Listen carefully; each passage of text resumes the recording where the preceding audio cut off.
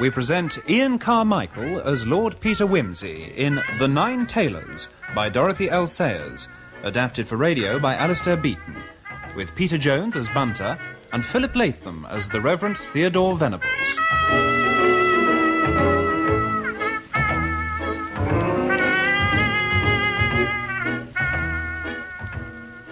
Episode 1, The Bells Are Rung Up.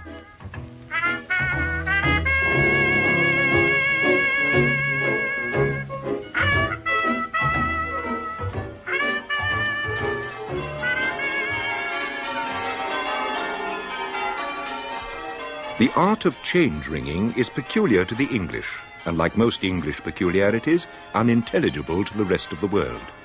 To the musical Belgian, for example, it appears that the proper thing to do with a carefully tuned ring of bells is to play a tune upon it. But by the English campanologist, the playing of tunes is considered to be a childish game, only fit for foreigners. The proper use of bells is to work out mathematical permutations and combinations. When he speaks of the music of his bells, he does not mean what the ordinary man calls music. His passion finds its satisfaction in mathematical completeness and mechanical perfection.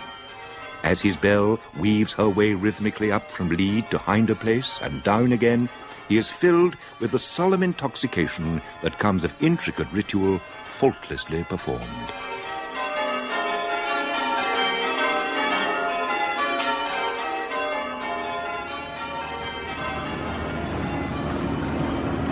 This, I believe, Bunter, is what one refers to as a frozen desolation. Yes, indeed, sir. I've never been very keen on the Fen country, if you don't mind my saying so, sir. Especially on New Year's Eve.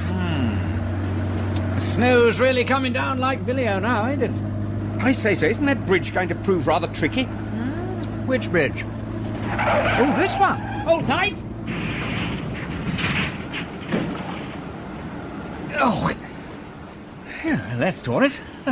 You all right, Bunter? Yes, my lord. I appear to be unscathed. I'm glad to hear it. Sorry about that, old lad. Just awkward. Well, let's consult the map and see where we are. Now then, where do you suppose we've got to, Bunter? I think, my lord, we must have run off the proper road at Leamholt. Unless I'm much mistaken, we must be near the village of Fenchurch St. Paul.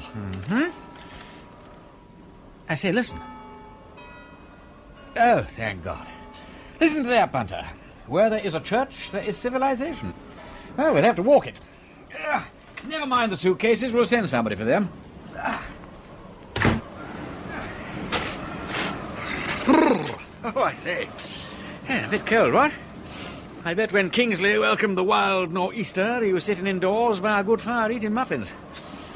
I could do with a muffin myself. Next time I accept hospitality in the Fen country, I'll take care that it's midsummer, or else I'll go by train. Well, the church lies to windward of us, I fancy. Yes, it would. I believe there is a car approaching, my lord. Good gracious, so there is. I say, that's a bit of luck. Can I be of any assistance? Oh, good evening. I'm afraid my car's in the ditch, as you see. It'll certainly need ropes and haulage to get it back on the road again. Dear, dear. Frog's Bridge is a most dangerous place, especially in the dark. We must see what can be done about it. Let me give you a lift into the village. Yeah, that's very good of you, sir. Not at all, not at all. I'm just getting back to my tea. I'm sure you must be wanting something to warm you up. Now, come along, then. Thank you.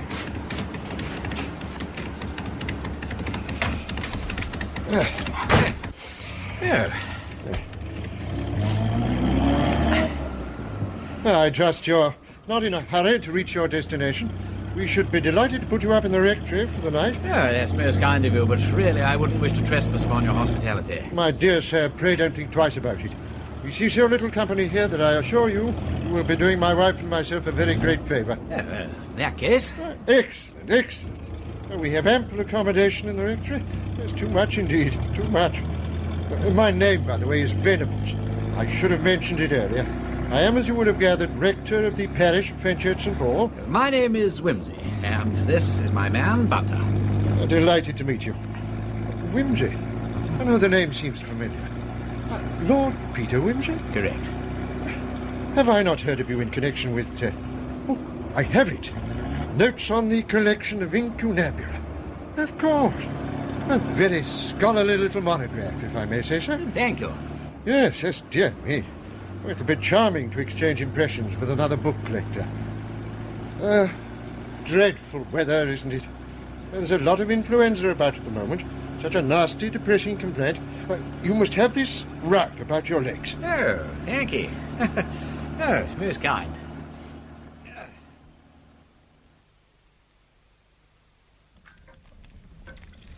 How fortunate that my husband should have met you, Lord Peter. I always say these roads are perfect death traps. Thank you, Mrs. Venables, but there's no harm done. We stupidly ran off the road. Thank you. You wanted me, Mum? Ah, yes, Emily. Take this gentleman's manservant into the kitchen and make him comfortable. Yes, Mum. Oh, and Emily, arrange for Wilderspin to get Lord Peter's car out of the dyke. Tomorrow morning will do for that. Oh, to be sure. First thing tomorrow morning. Yes, sir. Ezra Wilderspin is the blacksmith. An excellent fellow. He'll see to the matter most competently. Splendid. Agnes, my dear, have you explained to Emily that Lord Peter will be staying the night? Yes, that'll be all right. Oh, I do hope, Theodore, that you've not caught cold. No, my dear, I've been well wrapped up. Dear me, yes. Now what do I see? Muffins. I was just wishing for muffins. Oh, how jolly all this looks. Really, Mrs. Venables, it's tremendously good of you to take pity upon us. I feel like Ulysses come to port after much storm and peril. My husband has asked you to stay the night, Lord Peter, but he ought to have mentioned that you will get very little sleep being so close to the church. But perhaps you do not mind the sound of bells. Not at all. My husband is a very keen change ringer, and as this is New Year's Eve... We hope to accomplish a real feat tonight, or rather I should say tomorrow morning. We intend to ring the new year in with... you are perhaps aware that we possess here one of the finest rings in the country. Indeed. Yes, I believe I have heard of the Fenchurch bells. There are perhaps a few heavier rings, but I hardly know where you would rival us for fullness and sweetness of tone. Is it a full ring of 8? Oh, yes. The tenor, Taylor Paul, was actually cast in a field next to the churchyard in 1614. Really? Yes, you can still see the depression in the earth where the mould was made. And have you a good set of ringers? Very good indeed. Excellent fellows and most enthusiastic. Oh, that reminds me. I was about to say that we have arranged to ring in the new year tonight with no less than 15,840 statements. Now, what do you think of that? It's not bad, eh? Bless my heart. 15,000? 840. 9 hours' work. Well, that's equal to the great performance of the college youths in 1800 and something. 1886. Indeed. And that is what we aim to emulate. God gracious me. If you please, sir. What is it, Emily? If you please, sir, could James Thoday speak to you for a moment? James Thoday? Why, certainly, of course. Put him in the study, Emily, and I'll be there in a moment. Please excuse me. Certainly, Padre. Do have some more tea, Lord Peter, and perhaps another muffin. Thank you. Oh, this is a most irreparable disaster. Good gracious, Theodore, what in the world is the matter? It's William Thoday. His brother Jim has just brought me the most terrible news. All the nights in the year. I ought not to think of myself, I know, but it is a bitter disappointment, a bitter disappointment. Why, what has happened to Will Thoday? Struck down by this wretched scourge of influenza. Quite helpless, delirious. Well, they've sent for Dr. Page. Oh, dear. It appears that he felt unwell this morning, but insisted most unwisely on driving into Walbeach on some business or other. Most fortunately, George Ashton met him in the town, saw how bad he was, and insisted on coming back with him. Now he's in a high fever and worrying all the time because he cannot get to the church tonight. Well, what cannot be cured must be endured. But this is our last hope gone. We shall be reduced to ringing minors. Is this man one of your ringers, then, Padre? Unfortunately, he is. And with this flu epidemic, there is now no one to take his place. Oh, our grand scheme will have to be abandoned. And even if I were to take a bell myself, I could not possibly ring for 9 hours. And I'm not getting any younger. Oh, well, man proposes and God disposes. And this, Lord Peter, I mean, you were speaking just now. That is to say, you are not yourself, by any chance, a ringer? Well, I used at one time to pull quite a pretty rope. But whether at this time of day... Oh, it will come back to you. It will come back. Oh, Theodore, is it quite fair to ask Lord Peter, after a motor accident and at the end of a tiring day, to stay up ringing bells from midnight to 9 o'clock? No, nothing would please me more, Mrs. Venables. I don't really need any rest. I would far rather ring bells all day and all night.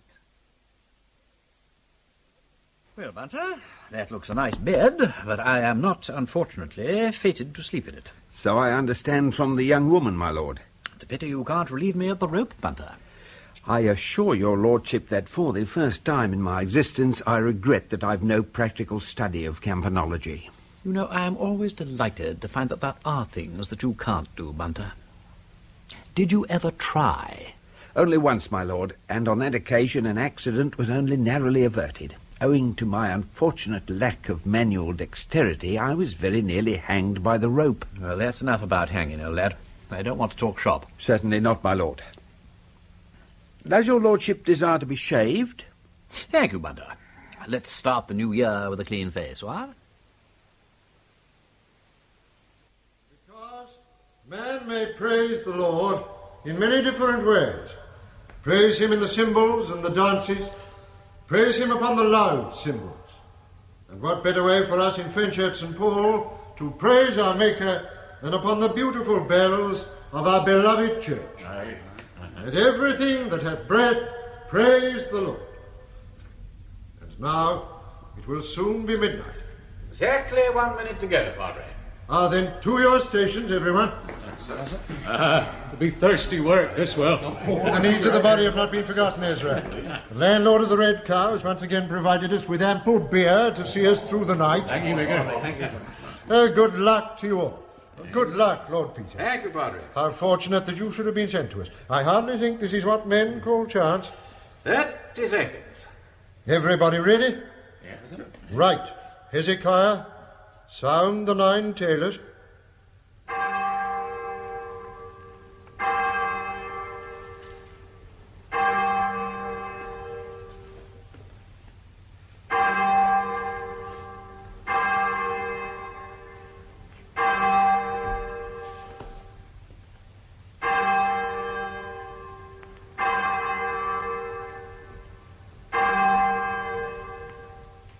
The 9 Tailors, the passing of man.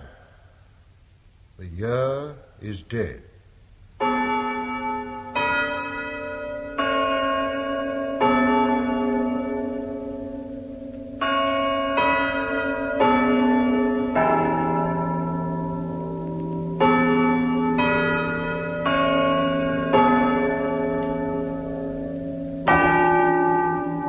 Let the bells give time.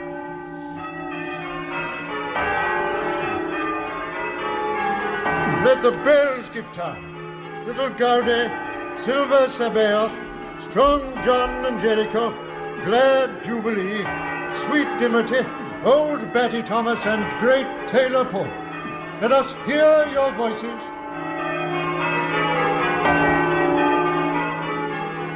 He rode upon the cherubim and did fly. He came flying upon wings of the wind.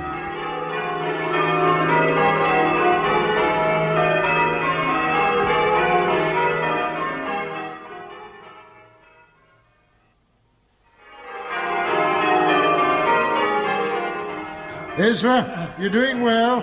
Keep at it. Keep at it. 'Tis a joyful work, Rector. A joyful work. It is. 'Tis indeed, Ezra. Harry, well, you look absolutely tireless. Oh, I said. Wally, I would never have known you to be a beginner. Well done, my dear boy. Lord Peter, I do hope you're not too exhausted. Far from it. Only rather dry. A condition I see your good wife intends to remedy forthwith. A glass of beer, Lord Peter, just to sustain you through the night. Oh, thank you, Mrs. Venables. Most welcome. Would you take the rope from Emma, Padre? Yes, of course. I say, most refreshing. It's surprising, isn't it, how soft and mellow it sounds in here? But of course there's another floor between us and the bell chamber. I wanted to show Lord Peter the bell chamber, my dear, before we started, but I couldn't find my keys. Mr. Godfrey was nowhere to be found. You'll have to excuse my husband, Lord Peter. He's really rather forgetful. Yes, I suppose I am, really. Especially with keys. Well, back to work. Thank you, Mrs. Venables. Thank you, Padre.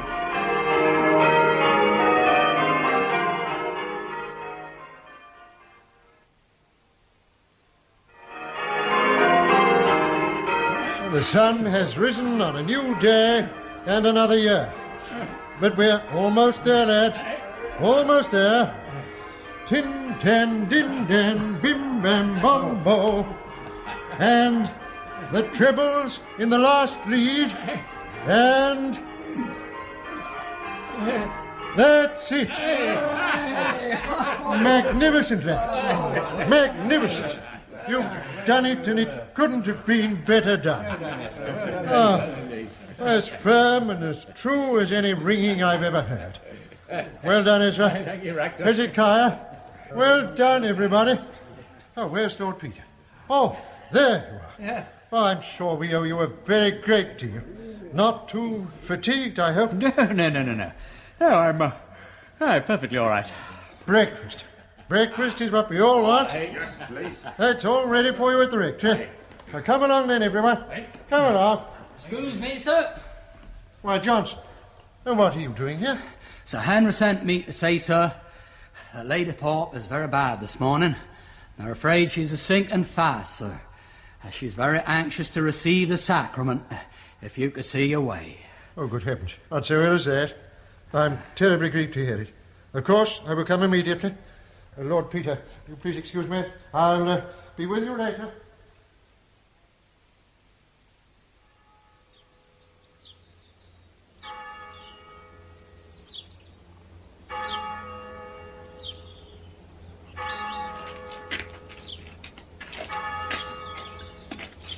Toll of the passing bell.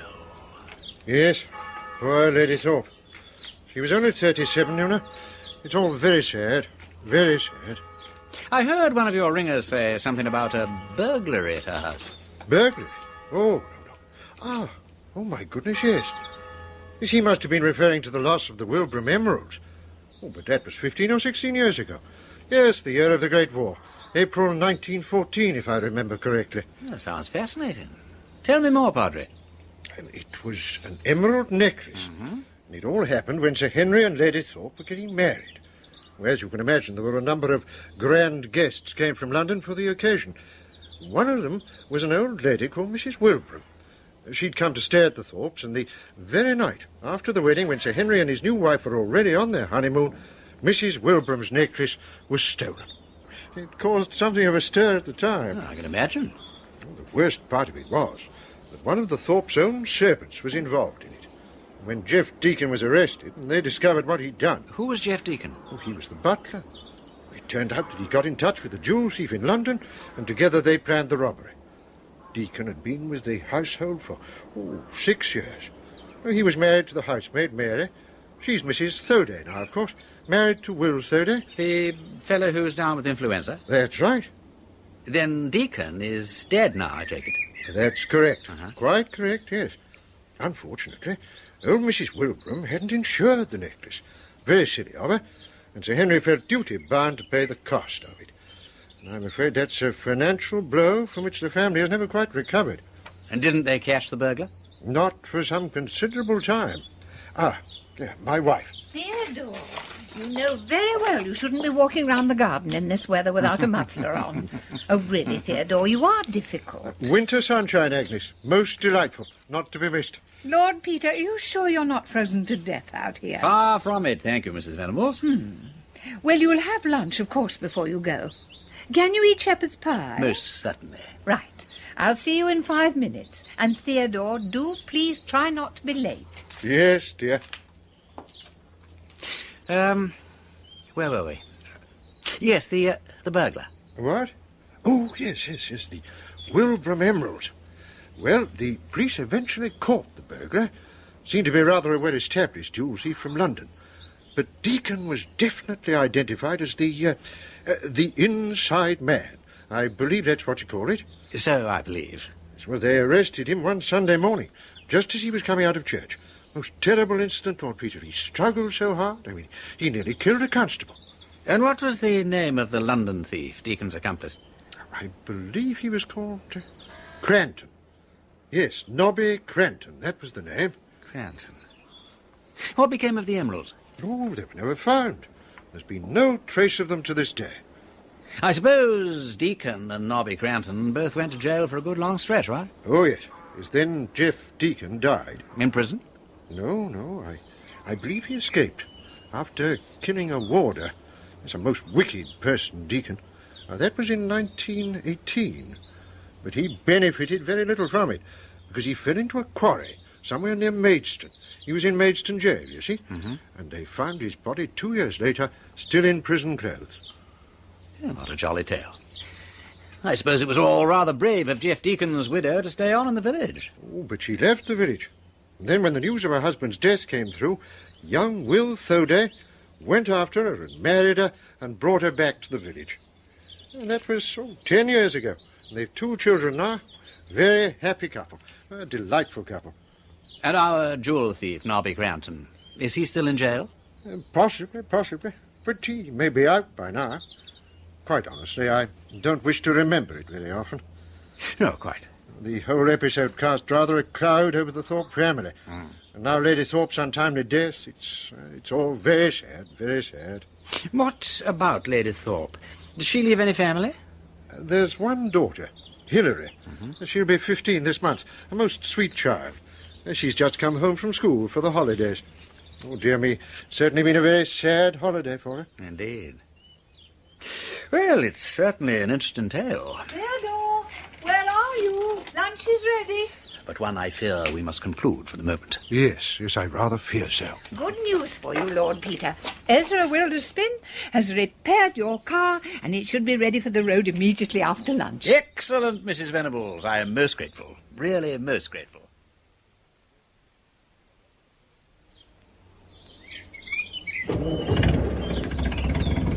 Do come again, Lord Peter, and help us ring another peal. I certainly shall. You've been most kind. Goodbye, Lord Peter. Drive carefully. Goodbye. Goodbye. Goodbye, thank you so much. Goodbye. Thor's come in, Bunter. Yes, my lord. Ever seen this part of the country when the floods are out? No, my lord. It looks pretty desolate. Acres of water with just a bank running across it here and there, or a broken line of willows. Ah, look over there. That must be Van Laden's sluice that turns the tide up the 30-foot drain. Shouldn't care for the sluice-keeper's job. Dashed lonely, I should think. Enough to make one drown oneself in one's own lock, what? Now then, what's this fellow want? Good afternoon. Excuse me stopping you, sir. Would you be good enough to tell me if I'm going right for Fenchurch St. Paul? Quite right. Cross the bridge when you come to it and follow the drain along in the direction you're going till you come to the signpost. You can't miss it. Thank you, sir. How far would that be? Oh, about 6 miles. Thanks very much, sir. You've got a cold walk, I'm afraid. Yes, sir. Not a nice part of the country. However, I'll be there before dark. That's a comfort. Like a fag? Well, thank you very much, sir.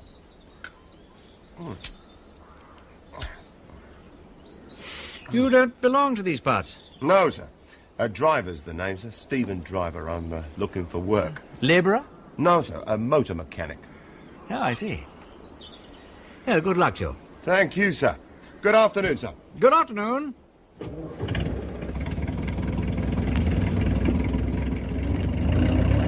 Motor mechanic, possibly, but not recently, I think. Stone quarrying is more about the size of it. Stone quarrying, my lord? You can always tell an old lag by his eyes, Bunter. Excellent idea to live down the past and all that, but I wonder what an ex-convict can want in Fenchurch St. Paul.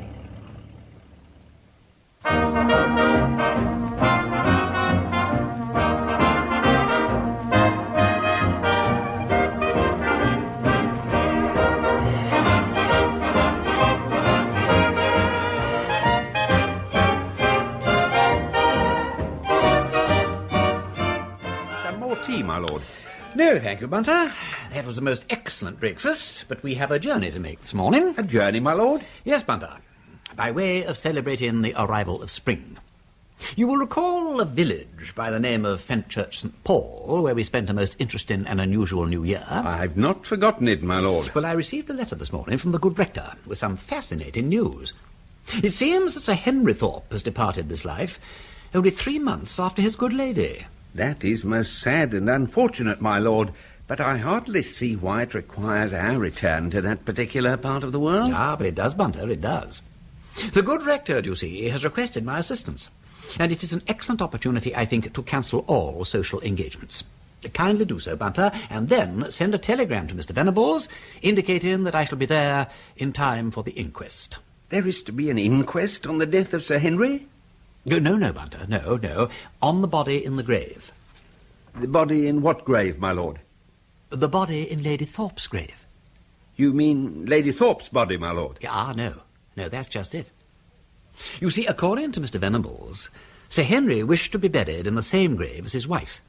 But when they opened the grave, they found a man's body had been buried there on top of the coffin of the original occupant. Good heavens! And who is this man, my lord? Does anyone know him? Well, judging by this letter, Bunter, I rather think his own mother wouldn't know him.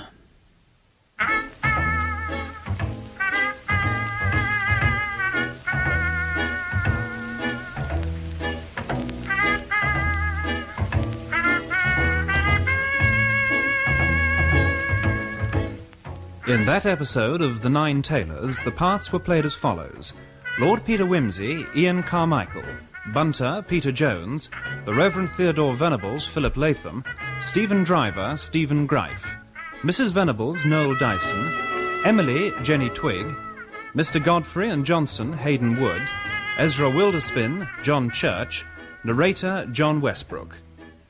The Nine Tailors was adapted by Alistair Beaton from the book by Dorothy L. Sayers and was produced by Martin Fisher.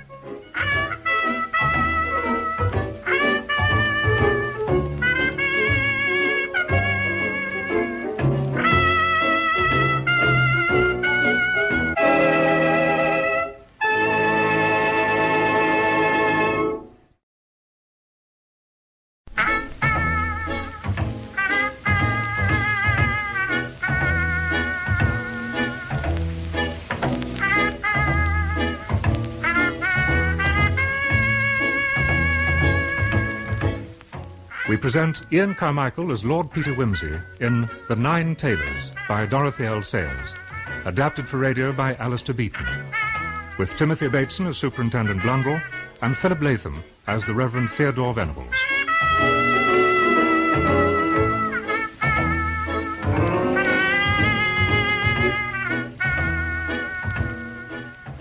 Episode 2, Lord Peter is called in.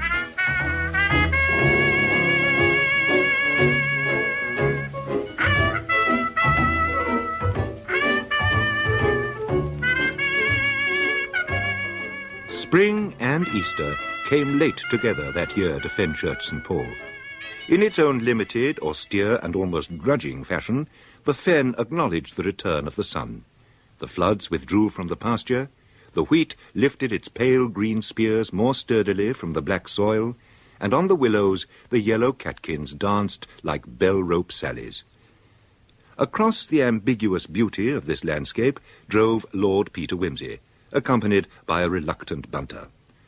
Their return to Fenchurch St. Paul was prompted by Lord Peter's need to give evidence at the inquest on the death of a man found buried in strange circumstances in the village churchyard. But Lord Peter's first appointment was with the superintendent in charge of the investigation. This is a bad job, this is, my lord. How anyone will be able to identify the body, I can't think. In all my years, I ain't seen nothing quite as nasty as this. Yes, fascinating, though, don't you think? You see, Blundell, on my way out of Fenchurch St. Paul at New Year, I met a chap calling himself Stephen Driver, and I'm beginning to think he may be the man you found in Lady Thorp's grave. The same man, eh? It might be, I'm not certain. When I met this fellow Driver at New Year, I certainly had the impression that most of his manual work had been done inside the walls of a prison. Ah, struck you that way, did he? Ever heard of the Wilbraham Emeralds, my lord? Yes, the rector told me about them on my first visit. You think there's a connection? All happened a long time ago, what? Yes, but you know that Nobby Cranton's out of prison again? The one who organised the London end of the robbery? That's right, my lord, as far as we know. Uh-huh. At the time, the Thorp's butler was a man called Jeff Deacon. Yes, I know that. Right, my lord. He was in cahoots with Nobby Cranton, and together they cooked up the plan to rob old Mrs. Wilbraham of her emeralds while she was staying at the Thorpe house. Anyway, it seems Nobby ain't reported himself lately. He was last heard of 6 months ago in London. They've been looking for him all over. Well, maybe we found him. Out there in Lady Thorpe's grave. Maybe indeed. Any case, I wouldn't be surprised if we was to hear of those emeralds for long. They was never found, you know. Loud cheers. I'm all for a treasure hunt. This is all confidential, of course, Superintendent. If you please, my lord. You see, if somebody thought it worthwhile to kill Nobby Cranton and smash him up like that, then there's someone in the village that knows someone. And the less they think we guess, the more free they'll act and speak. They'll talk freer to you than to me, see? Perfectly. I'm a terrific success at pottering around asking sloppy questions. Now, Lord Peter, upon departing from Fenchurch St. Paul, that is on the day of January the 1st this year, you met a man on the road near Fenchurch St. Paul who gave his name as Stephen Driver. Correct. And I had been taken to see the body of the man found in Lady Thorpe's grave, and from my observations, I think it possible that it is the body of the man I saw on January the 1st. I don't know who he was, apart from the fact that he called himself Stephen Driver. He stopped my car and asked me the way to Fenchurch St. Paul. What makes you think it might be the same man, Lord Peter? The fact that he is dark and bearded, and that the man I saw also appeared to be wearing a dark suit similar to that worn by the deceased. He seemed to be about 50 years of age and spoke in a fairly low voice with a London accent. He told me he was a motor mechanic and was looking for work. In my opinion... One moment. You say you recognize the beard and the suit. Can you swear? No, I cannot say that I definitely recognize them. You cannot identify his features? No, they are much too mutilated. Very well. Thank you. Are there any more witnesses? Yes, sir. You will come right up to the table. Name? Ezra Wilderspin. Wilderspin. Aye. You are the local blacksmith, I believe. That's right, sir.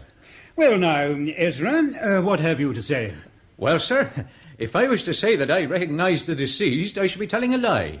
But it's a fact that he ain't unlike a chap that came along, same as his lordship here says, last New Year's Day, looking for a job along of me.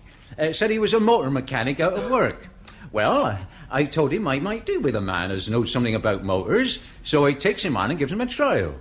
He did his work pretty well, near as I could judge, for 3 days, living in our place. Then, all of a sudden, off he goes in the middle of the night. We never seen no more of him. What night was that? Same night as they buried her ladyship, it was. January the 4th, that's right, yeah. January the 4th, so it were. What was the name of this man? Stephen Driver, he called himself. Didn't say much, only that he'd been tramping about a goodish while, looking for work. Said he'd been in the army, and in and out of work ever since. Did he give you any references? Why, yeah, he did, sir, come to think on it. He gave me the name of a garage in London where he'd been, but he said it had gone bankrupt and shut up. But he said if I was to write to the boss, he'd put in a word for him. Have you got the name and address he gave you? Yes, sir. Leastways, I think the missus put it away in the teapot. Did you take up the reference? No, sir. I did think of it, but being no great hand at writing, I says to myself I'll wait till the Sunday when I'd have more time, like. Well, you see, before that he was off, so I didn't think no more about it. He didn't leave nothing behind him, bar an old toothbrush. We had to lend him an old shirt when he came. Well, you'd better see if you can find that address. That's right, sir. Liz, you cut off home, see if you can lay hand on that bit of paper what Driver gave me. Oh, I got it here. Here you are, sir. Thank you. Mr. Tasker, 103 Little James Street, London, West Central. Here, Superintendent. You'd better take charge of that. Right, sir. Now, Ezra, is there anything more you can tell us about this man, Driver? Oh, I don't know as there is, sir. Ezra. Ezra, don't you remember all them funny questions he asked? There now. The missus is right. That was a funny thing about them questions, that was. He said he hadn't ever been in this here village before, but he knowed a friend as had, and the friend had told him to ask after Mr. Thomas. Mr. Thomas, I said, there ain't no Mr. Thomas in this village. No, he says, Thomas was the name, Batty Thomas. That's right. And another name my friend gave me, he says, was a fellow called Paul. A tailor or something living next door to him, like, yeah. Why, I says to him, your friend's been having a game with you. Them ain't men's names, them's the names of bells. Bells, he says, yes, I says, church bells. Batty Thomas and Tailor Paul, they call them. And then he went on asking a sight of questions about them bells. Well, I told him to go see the rector. He knows all about them old bells. I don't know as he ever went to see the rector. Thank you, Mr. Wilderspin. Aye.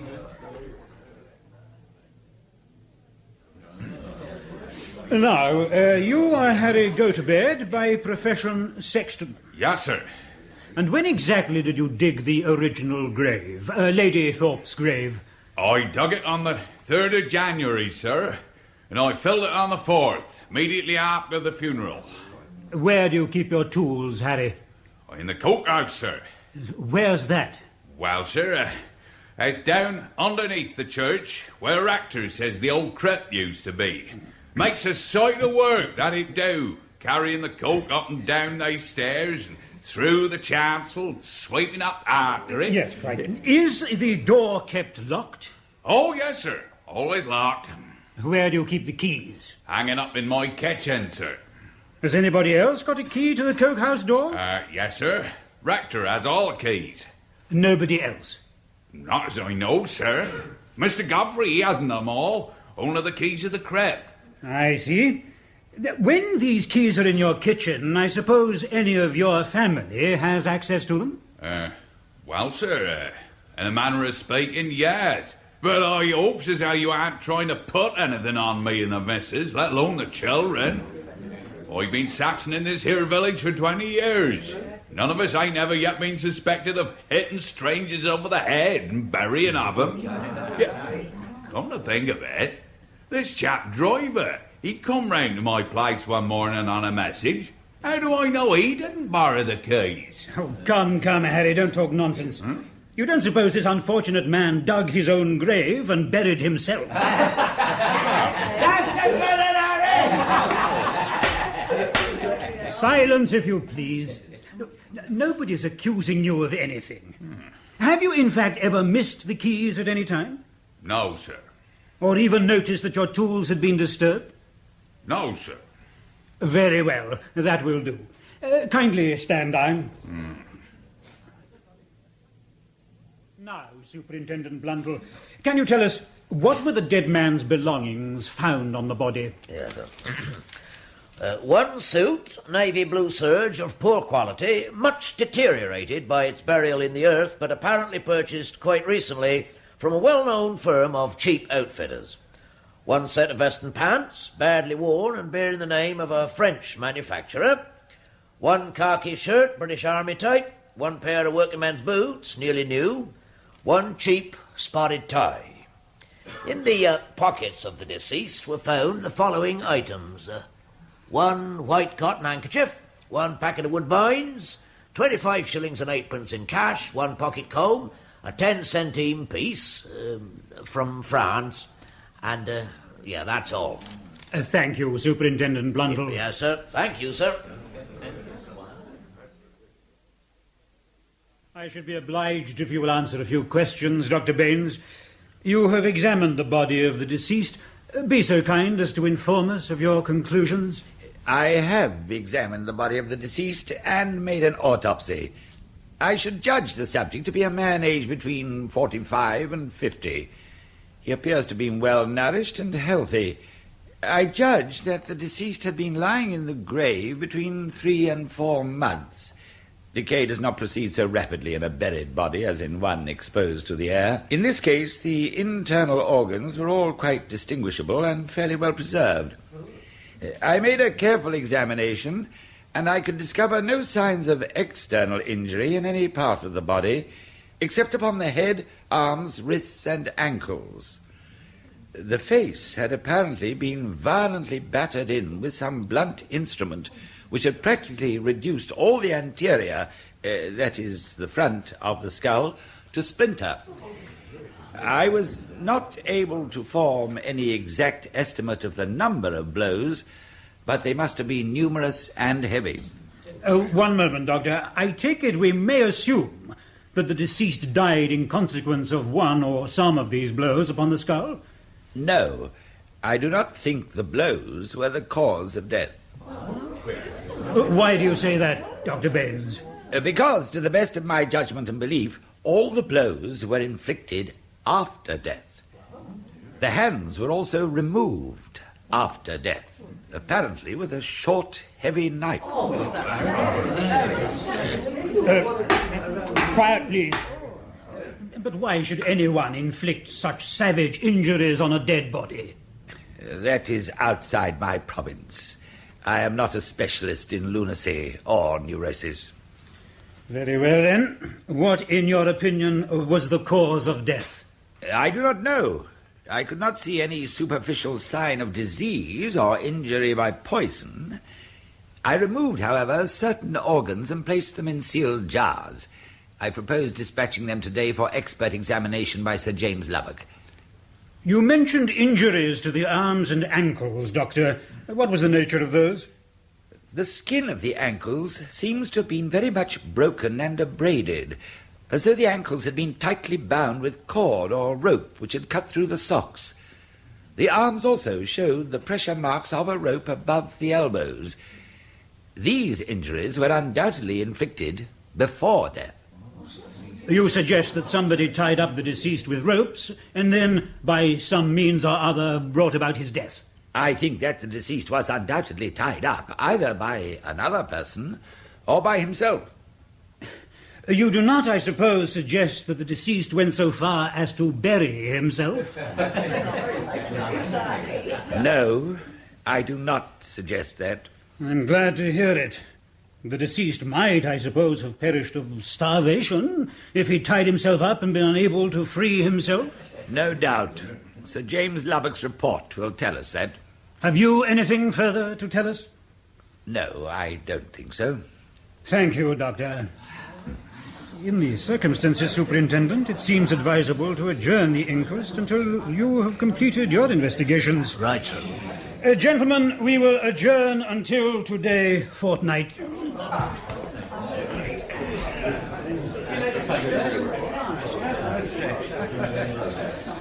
A beautiful case, Rector. Quite charming. I wouldn't have missed it for the world.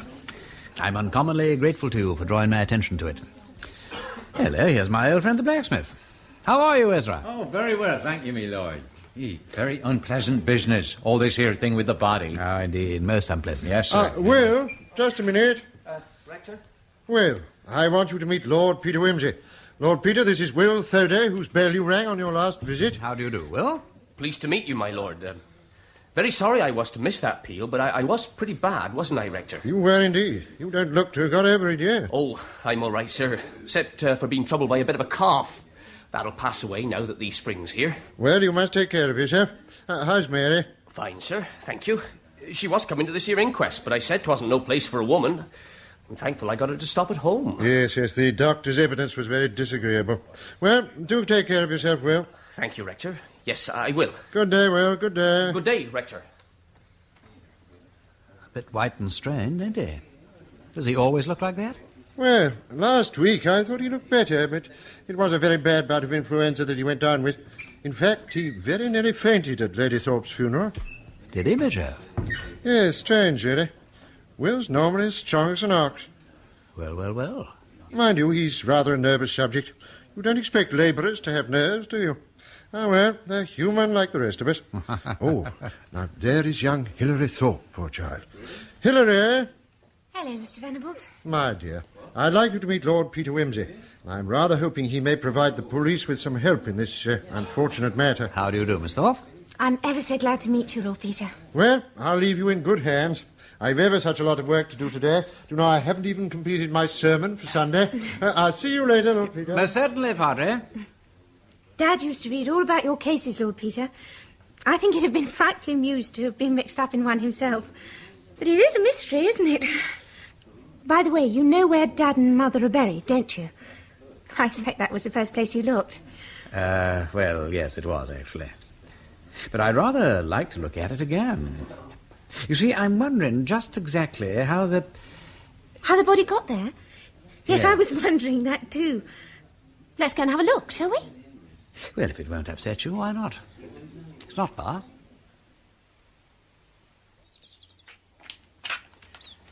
Yes, this is the place.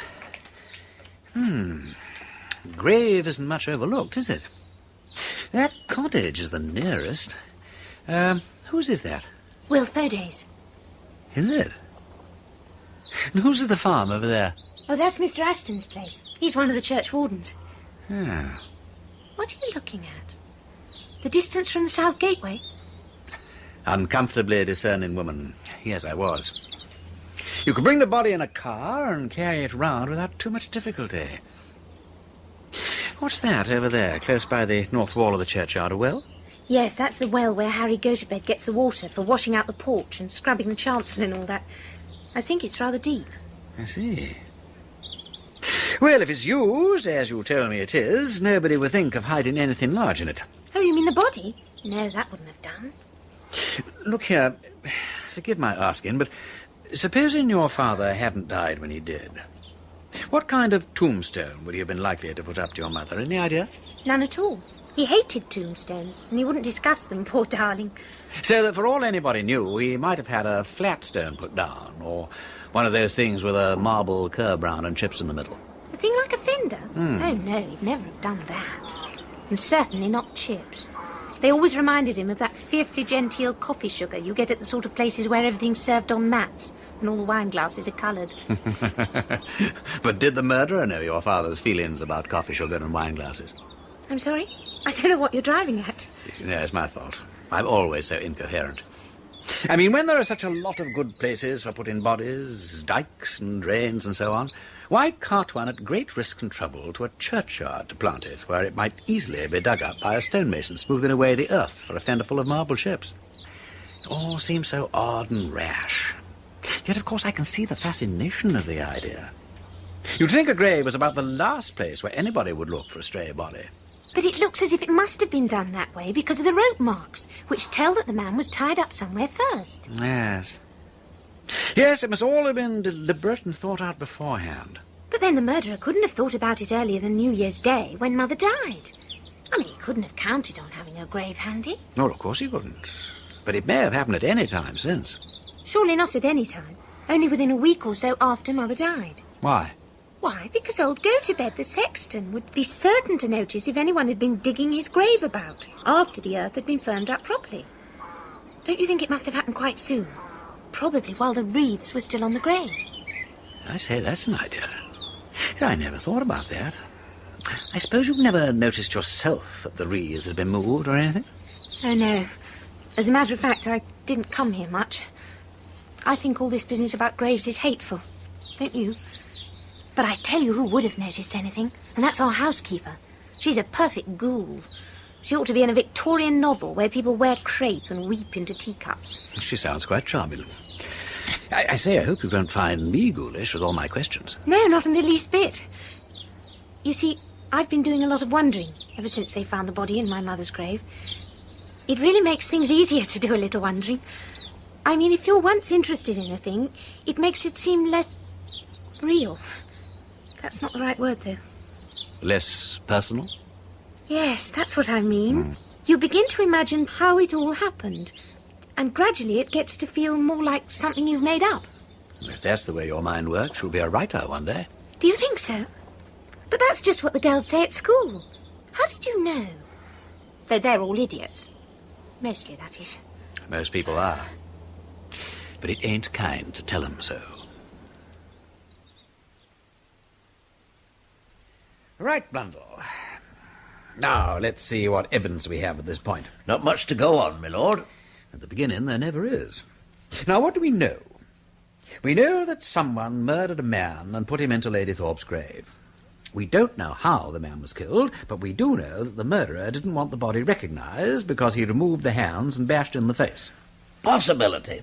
The body is that of Nobby Cranton, the London jewel thief who came to Fenchurch St. Paul to look for the emeralds. Meaning that the Wilbraham emeralds never in fact left the village, but were stashed away here somewhere by Nobby Cranton or Deacon before they were arrested. But if so, why did Nobby wait till now to make his search? 'Cause he was in prison till lately? Or because some fresh information had reached him? Next question.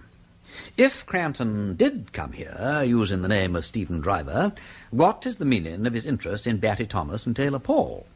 Is anything to be gained from a study of the bells or their inscriptions? Oh, I doubt that, my lord. 9 tailors make a man in Christ. Is death in Adam yet began? I beg pardon, my lord. I'm so sorry. An inscription on one of the bells, Taylor Paul. Doesn't seem to help much, though, does it? No, what I really want to know, Superintendent, is the relationship between Jeff Deacon and Nobby Cranton. How did a servant in a small village in the Fens get in touch with a London jewel thief? Because a lot seems to turn on that. So it does, my lord. The trouble is, we've only got their words to go on, and which was the bigger liar, the Lord God only knows. Deacon was the superior of the two, to my mind. A great reader he was. In fact, the chaplain down at Maidstone Jail said the Deacon was quite a remarkable scholar in his own way, with a poetic imagination, as he put it, whatever that may be exactly. No doubt at the trial, each one blamed the other. That's it, my lord. Of course, both their stories were pretty thin. In the end, the judge gave Jeff Deacon 8 years penal servitude and told him he was lucky to get off with that. Nobby Cranton got 10 years. But Deacon escaped, didn't he? Oh, yeah. Made a brutal attack on a warder. The warder died, and of course the whole place was scoured for Deacon without success. Then, 2 years later, his bones turned up in a wood in North Kent. He was still in his convict clothes, and his skull was smashed in, so it looked like he tumbled into a gully during the night, probably only a day or two after his escape. And that was the end of him. Nobby Cranton's been in and out of prison since then, I suppose. Oh, yeah. Came out again last June. I see. And what's your opinion, Blundell? Did Deacon ever hand over the emeralds to Nobby Cranton? Well, it's my belief that Deacon had the necklace, but what he did with it, I'm damned if I know. Yeah, you'd like to see Nobby's photograph? Oh, rather. When was it taken? About 4 years ago, my lord, when he went up for his last sentence. That's the latest we have. He had no beard then. Yes, well, I can't be positive, but I think this is the man I saw on New Year's Day as I was driving out of Fenchurch St. Paul. Have you shown this photograph to any of the people in the village? Someone might recognise it as the same man who called himself Stephen Driver and asked all those damn strange questions about the bells. I've tried, my lord, but there's not one person in 100 can swear to a likeness between a bearded face and one that's clean-shaven. That's true. Defeat thy favour with an usurped beard. And, of course, you couldn't take the body's fingerprints since he had no hands. No, my lord. That's the sort of argument, in a way, for its being Nobby Cranton. Well, if the body is Cranton, I suppose he came here to look for the emeralds and grew a beard so he shouldn't be recognised by any of the local people who'd seen him in court. That's about it, my lord. It's my bet that the body in the grave is Nobby Cranton. Maybe, Superintendent, maybe. But even so, we are still left with one tiny problem. What's that, my lord? Well, if it is Cranton, we still don't know who killed him or why.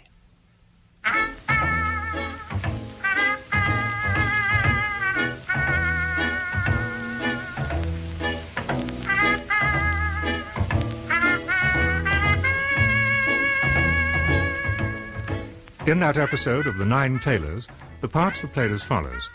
Lord Peter Wimsey, Ian Carmichael, Superintendent Blundell, Timothy Bateson, the Reverend Theodore Venables, Philip Latham, Ezra Wilderspin, John Church, Liz Wilderspin, Diana Bishop, Coroner, Martin Friend, Harry Gotobad, Alexander John, Dr. Baines, Brian Haynes, Will Thoday, Keith Drinkle, Hilary Thorp, Fiona Matheson, narrator, John Westbrook. The Nine Tailors was adapted by Alistair Beaton from the book by Dorothy L. Sayers and was produced by Martin Fisher.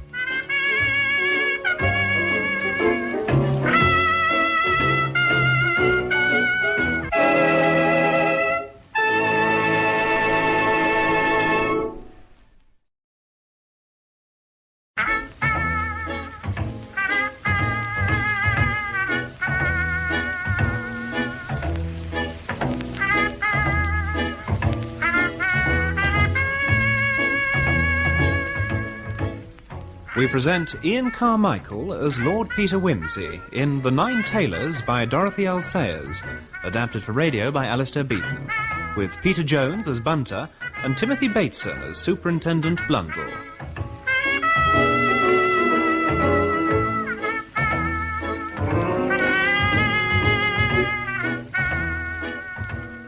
Episode 3, Bunter Breaks the Law.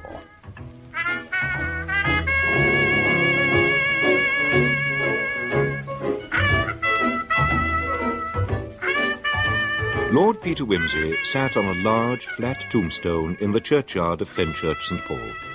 He was seated in a reflective manner, meditating on the mystery of the mutilated and unidentified corpse found in Lady Thorp's grave. There was little evidence to go on, but he felt increasingly certain that the discovery of the body was connected with the theft of the Wilbraham emeralds from the Thorp family more than 10 years previously. One tenuous connection was Will Thoday, married to Mary, whose first husband was one of the 2 men convicted for the robbery. But the emeralds had never been found.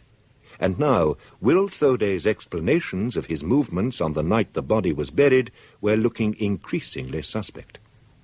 Such were the thoughts occupying Lord Peter's mind as Superintendent Blundell dismounted from his bicycle at the entrance to the churchyard.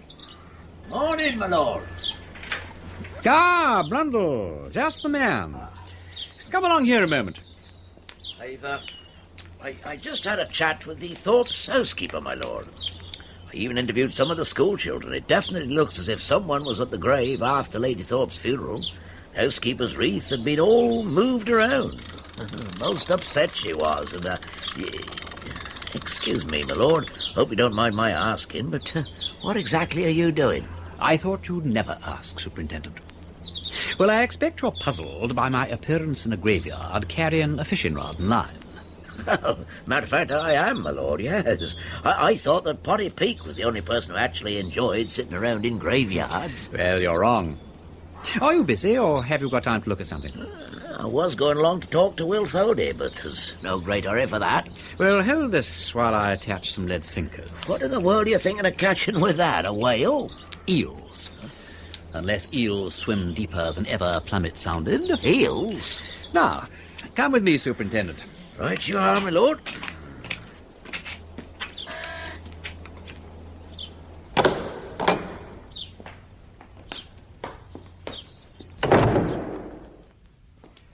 I borrowed the keys of the church from the rector. He'd mislaid them, of course, but they turned up eventually among the clothing club accounts. Now, I've been chatting with the rector, and he tells me that a complete set of new bell ropes was put in last December. Oh. Now, these are old ones, kept handy in case of sudden catastrophe. Very neatly coiled and stowed. This whopper belongs to Tailor Paul. Lift them out carefully. 80 feet or so of rope is apt to be a bit entangling if let loose on the world. Betty Thomas, Timothy, Jubilee, John Jericho's Habaoth. But where is little Gowdy? Where and oh where is she, with her Sally cut short and her rope cut long? Where and oh where can she be? It's a puzzle, my lord. Yeah, there's nothing left in the chest but the leather buffets and a few rags and an oil can. No rope for Gowdy. What about the stove? Not in the stove. First thought, of course.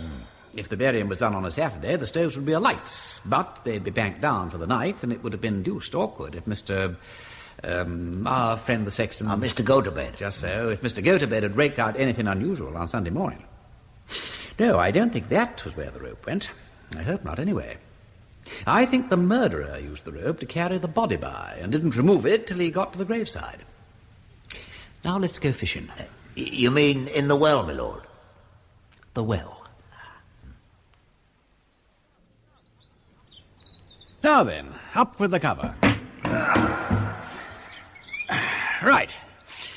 Well, half a jiff, we'll sacrifice half a brick to the water gods. Oh, not so very deep. Well, if we lay the ladder over the mouth of the well, we shall get a straight pull. Righty-ho, that's the idea. Now then. Very careful, my lord. Don't you worry about me, I know what I'm doing. Now, down with the line. Cold, dank and stagnant. Nasty smell, too, what? Splosh. There. I've got an eel to catch, oh, catch me. Aha! A bite, Superintendent, a bite. What's the net in its old boot? Hardly seems heavy enough to be a rope. Never mind, we shall see what we shall see. Up she comes. Hello, what's this? Not a boot, but the next thing to it, a hat. Now then, Super, did you measure the head of the corpse? Yes, my lord, of course. Oh, then we shan't need to dig him up again to see if his hat fits. Exhibit 1. Put it aside to dry. And down she goes again. I never knew that fishing could be such fun. Never tried it yourself, Super? Not since I were a boy, my lord. Never seemed to have much time for it, somehow. Well, you should make time, you know, make time. You've no idea how soothing it can be for the nerves. Well, let's see if we've got anything this time. Perhaps another fiddler, what? Nice. Hey, what's this? Looks like a German sausage. No, it ain't, by Jove, it's a Sally. Ho, little Gaudy's Sally. And where the Sally is, the rest will be. Ups-a-daisy. Got it. There now. There is your eel, Super, all of a tangle. Not all here. No, probably not. But this is one of the bits that was used to do the tie-in. He's cut it loose, you see, and left the knots in. Yes, you better not touch the knots, my lord. They might tell us something about who tied them. Take care of the knots, the noose will take care of itself, huh? Yeah. Right you are. Well, here we go again. Let's get the other pieces. Well, that seems to be the last piece. Not very expert work. Arms and legs tied separately, I'd say. Then the body tied up to something or other and the slack cut off. Well, my lord, this is a very interesting discovery of yours. But it's a bit of a facer, isn't it? Puts rather a different complexion on the crime, eh? You're right, Super. Well, one must face up to things, as the lady said when she went to have hers lifted. What the... It's Potty Peak. What the devil do you want here, Potty? Oh, nothing. Oh, I don't want nothing. How are you going to hang with that there, mister? That's a rope, that is. They got 8 of them hanging in the tower over there. There's number 9 a-coming. And that's a rope to hang 'em by. 8 tailors in the tower, but there ought to be 9. He's waiting for the 9 tailors. Now go on, hop it. Don't let me catch you hanging round here again. Good day, sir. Day, mister. I got to feed the pigs. That's Potty's work. Yes, that's right.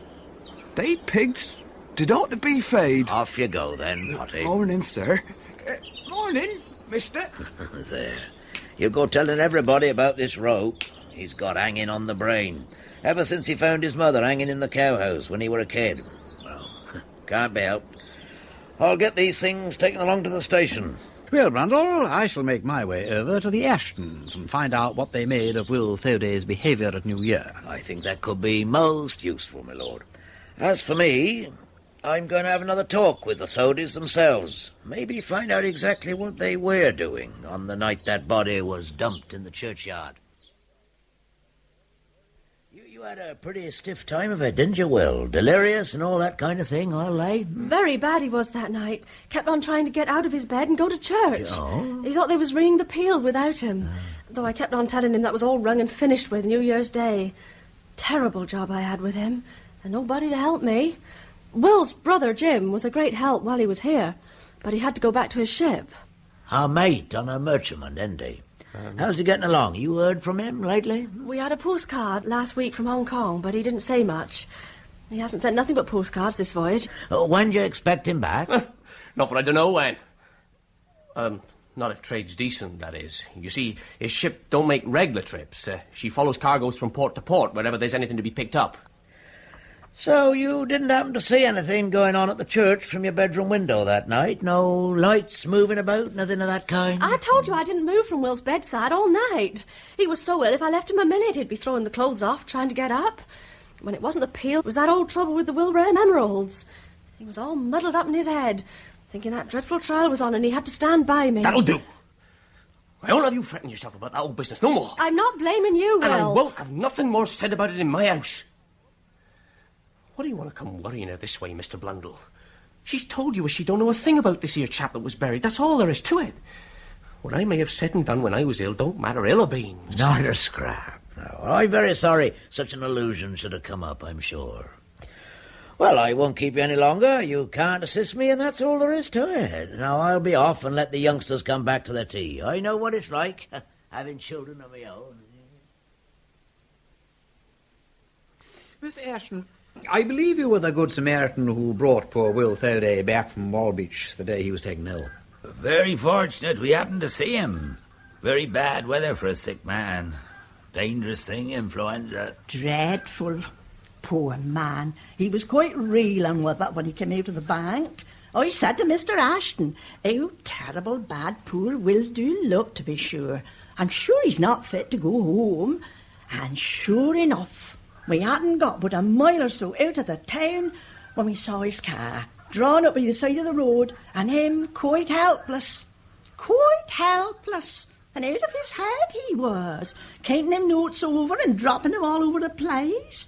Now, Will, I said, just you put them notes back in your pocket and keep quiet, and we'll drive you home. He was in a bad condition, that's certain. What he ever wanted to come out for in such weather, I can't think. And I said to Mr. Ashton... you make a lot of talk, Maria. Oh, that's true enough.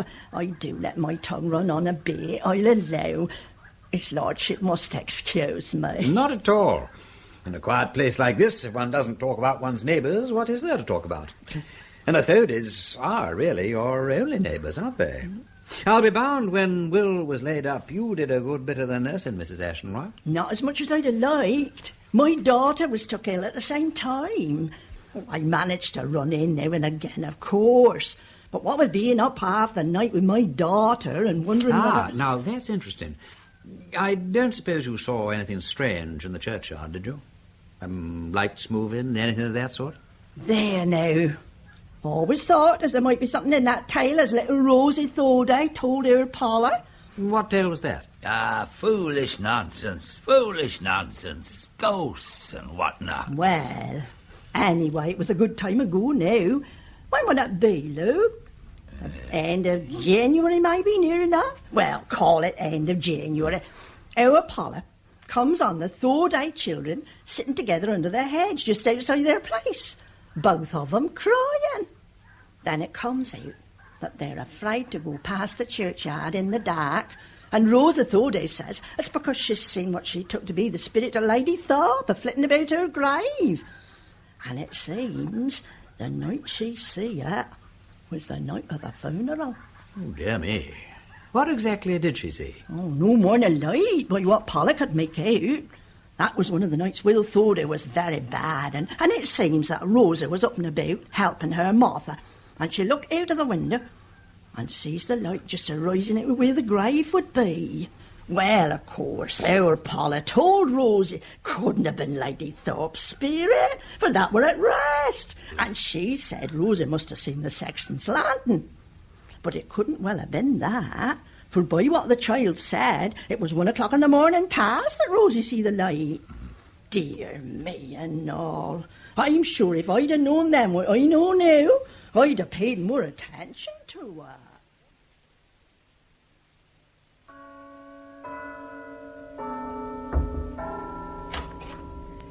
Lord Peter, would you like a glass of milk, or a whisky and soda, or a cup of beef tea? No, thank you, Mrs. Venables. Most kind of you. Oh, dear. What are those? Oh, they're... Undergarments, Mrs. Venables. The undergarments worn by the unfortunate man found in Lady Thorp's grave. Now, there is something very curious about them, Mrs. Venables. Yes? You see, the underclothing is French, but the shirt and trousers are English. What's more, the underclothes have been repaired and darned many times. Look, patches have been let in here and here. Well, people have to make economies. Ah, indeed. But why should Nobby Cranton, if it was Nobby Cranton, be wearing what appears to be second-hand French underclothing, but new English outer garments? I'm sure I don't know. I only hope you won't catch anything from them. I'm sure they can't be healthy. No, I don't expect to get anything worse than brain fever. Or perhaps you can suggest an explanation. Well, I'm afraid I'm not a Sherlock Holmes. I should think the man must have had a very good, hard-working wife, but I can't say more. But that doesn't explain why he should get his underclothes in France. The only thing I can think of is that he got his English clothes as a disguise. You said he came here in disguise, didn't you? Mm-hmm. But, of course, as nobody would see his underneaths, he didn't bother to change them. But that would mean that he came from France. Or perhaps he did. Perhaps he was a Frenchman. They often wear beards, don't they? But the man I met wasn't a Frenchman. But you don't know he was the man you met. He may have been someone quite different. Well, he may. He didn't bring any other clothes with him, I suppose. No, not a thing. He was just a tramping out of work, or so he said. All he brought was an old British trench coat, which he took with him, and a toothbrush. He left that behind him. Can we wangle a bit of evidence out of that, do you think? Can we say that he must have been murdered because, well, if he'd merely wandered away, he would have taken his toothbrush with him? And if he was the corpse, where is his coat? For the corpse had no coat. I can't imagine. And that reminds me, do be careful when you go down the bottom of the garden. The rooks are building and they are so messy. I should wear a hat if I were you. Or there's always an old umbrella in the summer house. Did he leave his hat behind, too? In a sense he did, yes. We found that in rather a queer place, but it doesn't help us very much. Oh, how tiresome it all is. I'm sure you'll wear your brains right out with these problems. You mustn't overdo yourself. And the butcher says he has some nice calf's liver today, only I don't know if you can eat it. I love calf's liver, Mrs. Venables. Oh, good. Theodore is very fond of liver and bacon, though I always think it's rather rich. What I've been meaning to say, it's very good of that nice man-servant of yours to clean the silver and the brass so beautifully, but he really shouldn't have troubled. I'm quite used to giving Emily a hand with it. He'd have been delighted to help, I'm sure. Oh, well, I hope it isn't very dull for him here.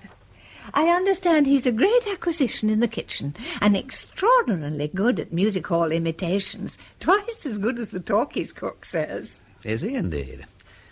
I'd no idea. But what I don't know about Bunter, Mrs. Venables, would fill a book. Bunter, will you kindly get the car out immediately and accompany me on a short journey? Very good, my lord. There is a fresh breeze, my lord. All the better. Certainly, my lord. If I may venture to say so, the tweed cap or the grey felt would possibly be better suited to the climatic conditions. Hmm? Oh, yes, possibly all right, Bunter. Pray restore this excellent hat to its proper place. And if you should see Mrs. Venables, give her my compliments and say that I found its protection invaluable. Of course, my lord. Oh, and Bunter, I rely on you to keep a check upon your Don Juan fascination and not strew the threshold of friendship with the wreckage of broken hearts. Very good, my lord. Now, we're going to try a long shot, Bunter, and we will begin with the small town of Leamholt.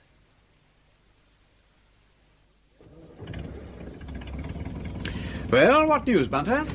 The 3 young ladies in the post office conducted a most careful search, but I regret, my lord, that they could find no letter awaiting collection by a Mr. Stephen Driver. Ah, well, never mind. Leamholt is the post town, so I thought we ought to give it the first chance.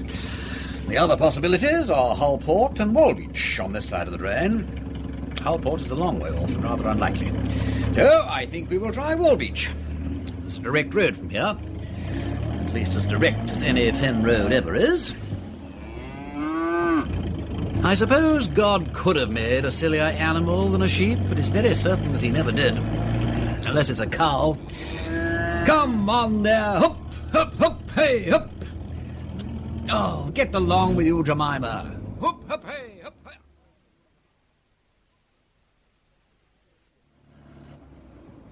Now, if this place had been drained intelligently by running all the canals into the rivers instead of the rivers into the canals, Walbeach might still be a port, and the landscape would look rather less like a crazy quilt. Just so, my lord. Ah, here's the place we met Cranton. If it was Cranton, that is. By the way, I wonder if that fellow at the sluice saw anything of it. Shall I, Yeah, let's stop and find out. I love dawdling around locks.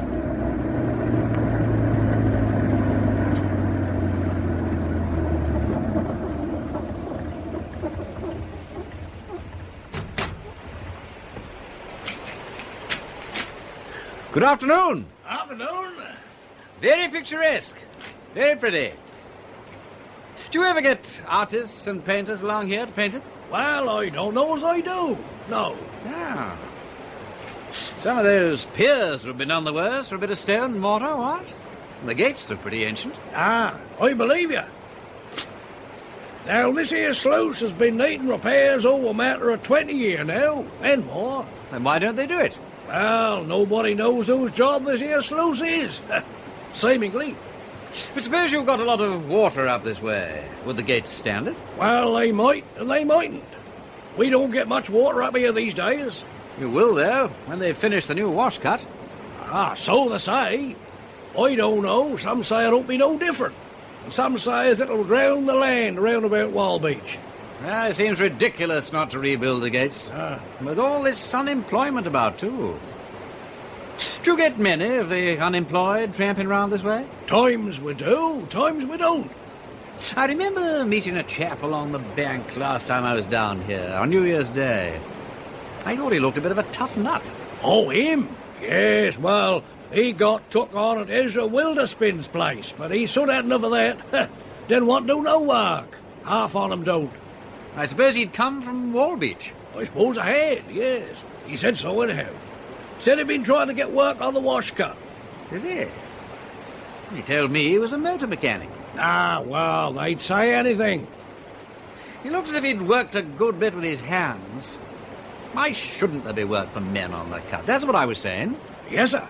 Well, that's easy to say, them things. Well, I still think they ought to be able to absorb some of these men and give you a fresh set of gates. However, it's none of my business, and I'll have to be pushing along. Good luck to you. Today. New gates. Ah. New gates. Huh. Right. Let us continue on our way to Walbeach, where my intuition may or may not bear fruit. You, Bunter, will once again be in the vanguard, while I shall sit in the car and contemplate the joys of life in the fen country. Yes, my lord. Very good, my lord.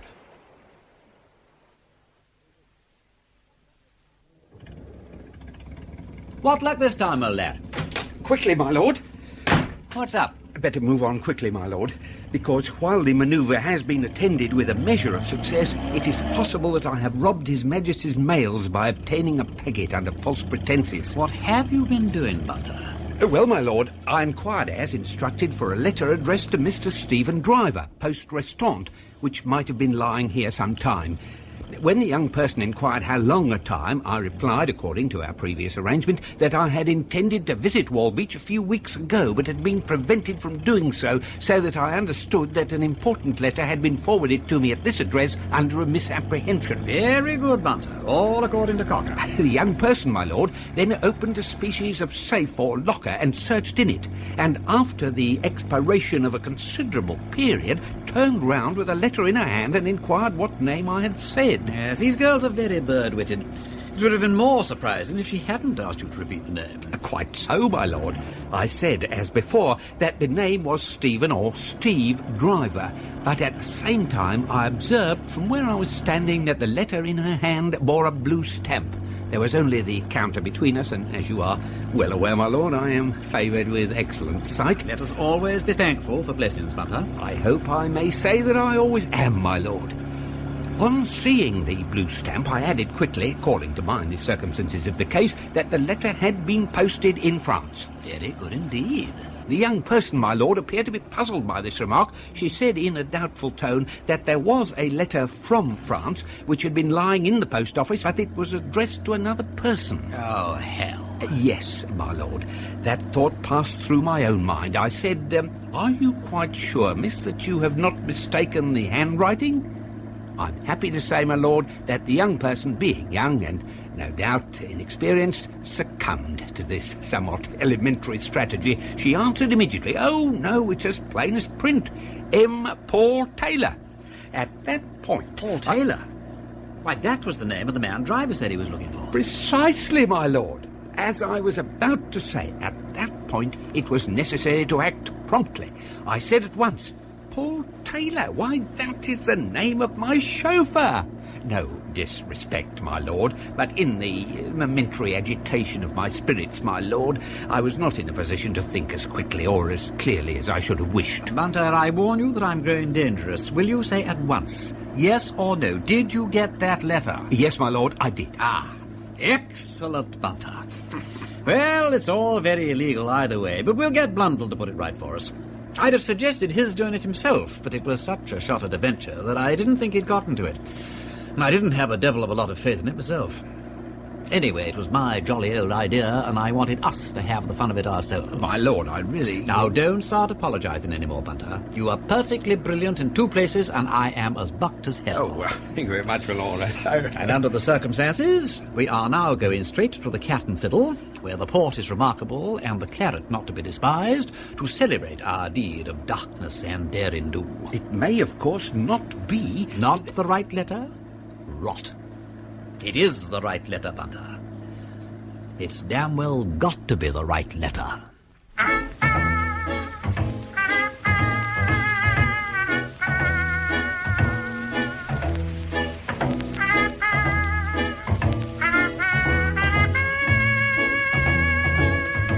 In that episode of The Nine Tailors, the parts were played as follows. Lord Peter Wimsey, Ian Carmichael. Bunter, Peter Jones. Superintendent Blundell, Timothy Bateson. Mrs. Venables, Noel Dyson. Will Thoday, Keith Drinkle. Mary Thoday, Claire Clifford. Potty Peak, Anthony Hyde. Mrs. Ashton, Marjorie Withers. Mr. Ashton, Brian Haynes. Sluice Keeper, Peter Tuddenham. Narrator, John Westbrook. The Nine Tailors was adapted by Alistair Beaton from the book by Dorothy L. Sayers and was produced by Martin Fisher.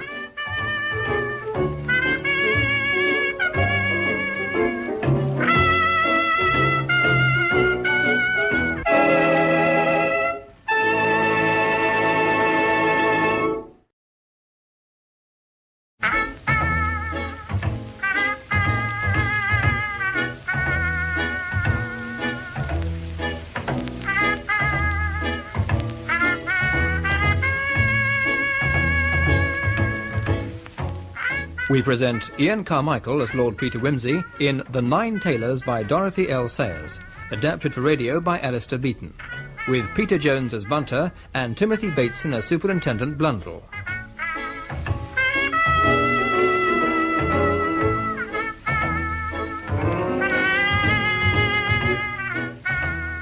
Episode 4. The Hunt Moves to France.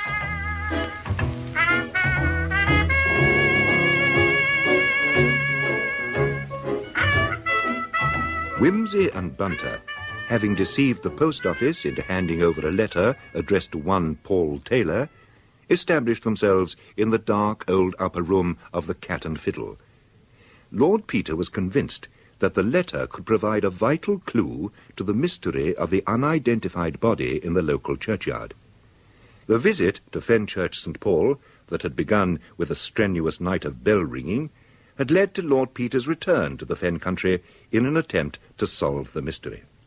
The evidence suggested that the body might well be that of Nobby Cranton, a London jewel thief, involved 10 years previously in the theft of the Wilbraham emeralds from the home of the Thorp family. It seemed reasonable to assume that he had returned to Fenchurch to recover the emeralds, which had never been found after Cranton was sent to prison. But as to who might have killed Cranton, and why they should find it necessary to mutilate the body, that remained as unclear as ever. But in the upper room of the Cat and Fiddle, the mood was triumphant, and, as Lord Peter quite properly pointed out, the port remarkable, and the claret not to be despised. Some more wine, my lord. Thank you, waiter. Bit quiet here today, ain't it? Oh, yes, sir. Things is very quiet, but not as quiet as they used to be, sir. The men working on the wash cut make a difference to the town. Haven't they finished that yet? Oh, nearly finished, sir. They say it'll be opened in June. It'll be a good thing, so they say, and improve the draining very much. It's hoped as it will scour the river out 10 feet more and take the tide up again to the head of the 30-foot drain, like it was in the old days by what they tell us. Oh, I see. They brought the cut to within a mile of the town now, sir, and there's to be a great opening in June with a gala and a cricket match and sports for the young people, sir. And they say as they're asking the Duke of Denver to come down and open the cut. Oh, but we haven't heard yet if he'll come. He'll come, all right. Dash it, he shall come. He does no work, and it will do him good. Indeed, sir. It would be much appreciated in the town if he were to come. I'll make a point of jogging old Denver up to do his duty. We'll all come. Great fun.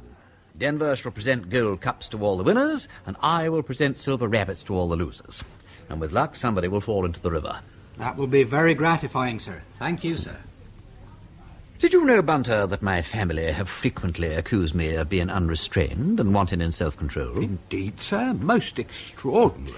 How little they know me. For instance, instead of opening Mr. Paul Taylor's letter at once, I reserve it for Superintendent Blundell. And instead of rushing off post-haste to Superintendent Blundell, I remain quietly at Walbeach and eat roast mutton. Now, the envelope bears a postmark which is only half decipherable, but which I make out to be something ending in Y in the department of either Marne or Seine-et-Marne. A district endeared to many by the recollection of mud, blood, shell holes and trench feet. Ah, yes, sir. Mm-hmm. The ink and pen mean little, for I've never yet encountered in any part of France a pen and ink with which any normal person could write comfortably. But the handwriting is suggestive, because owing to the system of state education in that country, though all the French write vilely, it is rare to find one who writes very much more vilely than the rest.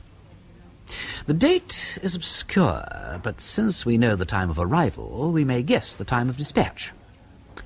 Now, can we deduce anything further from this envelope? What do you say, Bunter? If I may be allowed to say so, my lord, it is possibly a little remarkable that the name and address of the sender does not appear on the back. That is well observed, Bunter. Yes, you may have full marks for that.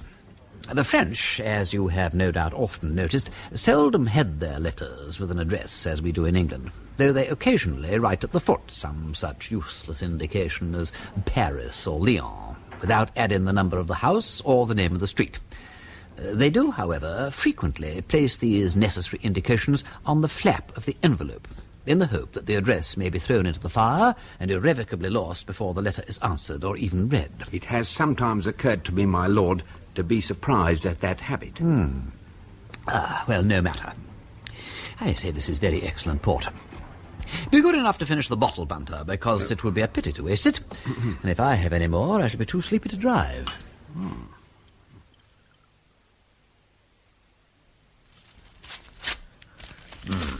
Right. Monsieur Marie. What's that mean, my lord? My dear husband. I never knew that Nobby Cranton was... Dash it, where does Cranton come into this? I never heard of it having any wife at all, let alone a French one. My dear Blundell, we don't know that Cranton comes into it at all. He came to Fenchurch St. Paul and asked for a Mr. Paul Taylor. This, presumably, is addressed to the Paul Taylor he was asking for. But they said Paul Taylor was a bell. Taylor Paul is a bell, but Paul Taylor may be a person. Who is he, then? God knows. Someone with a wife in France. And the other chap, Batty or something, is he a person? No, he's a bell, but he may be a person, too. Well, they can't both be persons, not reasonable. And where is this Paul Taylor, anyhow? Perhaps he was the corpse. Well, where's Cranton? They can't both be the corpse. That's not reasonable either. Oh, possibly Cranton gave one name to Ezra Wilderspin when he took a job with him as a motor mechanic, and gave another to his correspondent. Then what did he mean by asking for Paul Taylor at Fenchurch St. Paul? Perhaps that was the bell after all. Just see here, my lord. Doesn't seem reasonable to me. This Paul Taylor, or Taylor Paul, can't be both a bell and a person. At least not both at once. It sounds, well, kind of batty to me. Why bring Batty into it? Batty is a bell. Taylor Paul is a bell. Paul Taylor is a person, because he gets a letter. You can't send letters to a bell. If you did, you'd be Batty. Oh, bother. Well, I don't understand it. Stephen Driver, now he's a person too. You don't say he's a bell, do you? What I want to know is which of them all is Nobby Cranton. Oh, you dash it all, my lord. Let's read the bloomin' letter. You might read it out in English, would you? My French's a bit off these days. My dear husband, you told me not to write to you without great urgency. But 3 months are past, and I have no news of you. I am very anxious, asking myself if you have not been taken by the military authorities. You have assured me that they could not now have you shot, the war being over so long ago. But it is known that the English are very strict. Write, I beseech you, a little word to say that you are safe. It begins to be very difficult to do the work of the farm alone, and we have had great trouble with the spring sowing. Also, the red cow is dead. Little Pierre helps me as much as he can, but he is only 9. Little Marie has had the whooping cough, I think, and the baby also. I beg your pardon if I am indiscreet to write to you, but I am very much troubled. Pierre and Marie send kisses to their papa, your loving wife, Suzanne. Little Pierre, 9-year-old, kisses to their papa, and the red cow's dead. 9 years ago, Cranton was in jail. Stepfather, perhaps? Spring sowing? Since when has Cranton turned farmer? And what's all that about military authorities and the war? Cranton never was in the war. Something here I can't make head nor tail of. See here, my lord, this can't be Nobby Cranton. No, this letter wasn't written to Cranton. It begins to look as if it wasn't. But I still think it was Cranton I met on New Year's Day. Well, I'd best get on the telephone to London, and then I'll have to be seeing the Chief Constable about this. Whatever it is, it's got to be followed up. Ah, Bunter. Yes, my lord.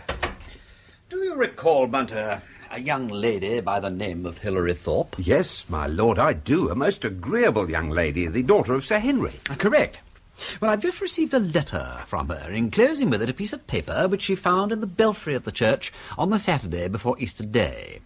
She forgot about it and has only now decided to pass it on to me. I should be grateful if you would read it, Bunter. It's causing me some confusion. I thought to see the fairies in the fields, but I saw only the evil elephants with their black backs. Woe, how that sight awed me. The elves danced all around and about, while I heard voices calling clearly.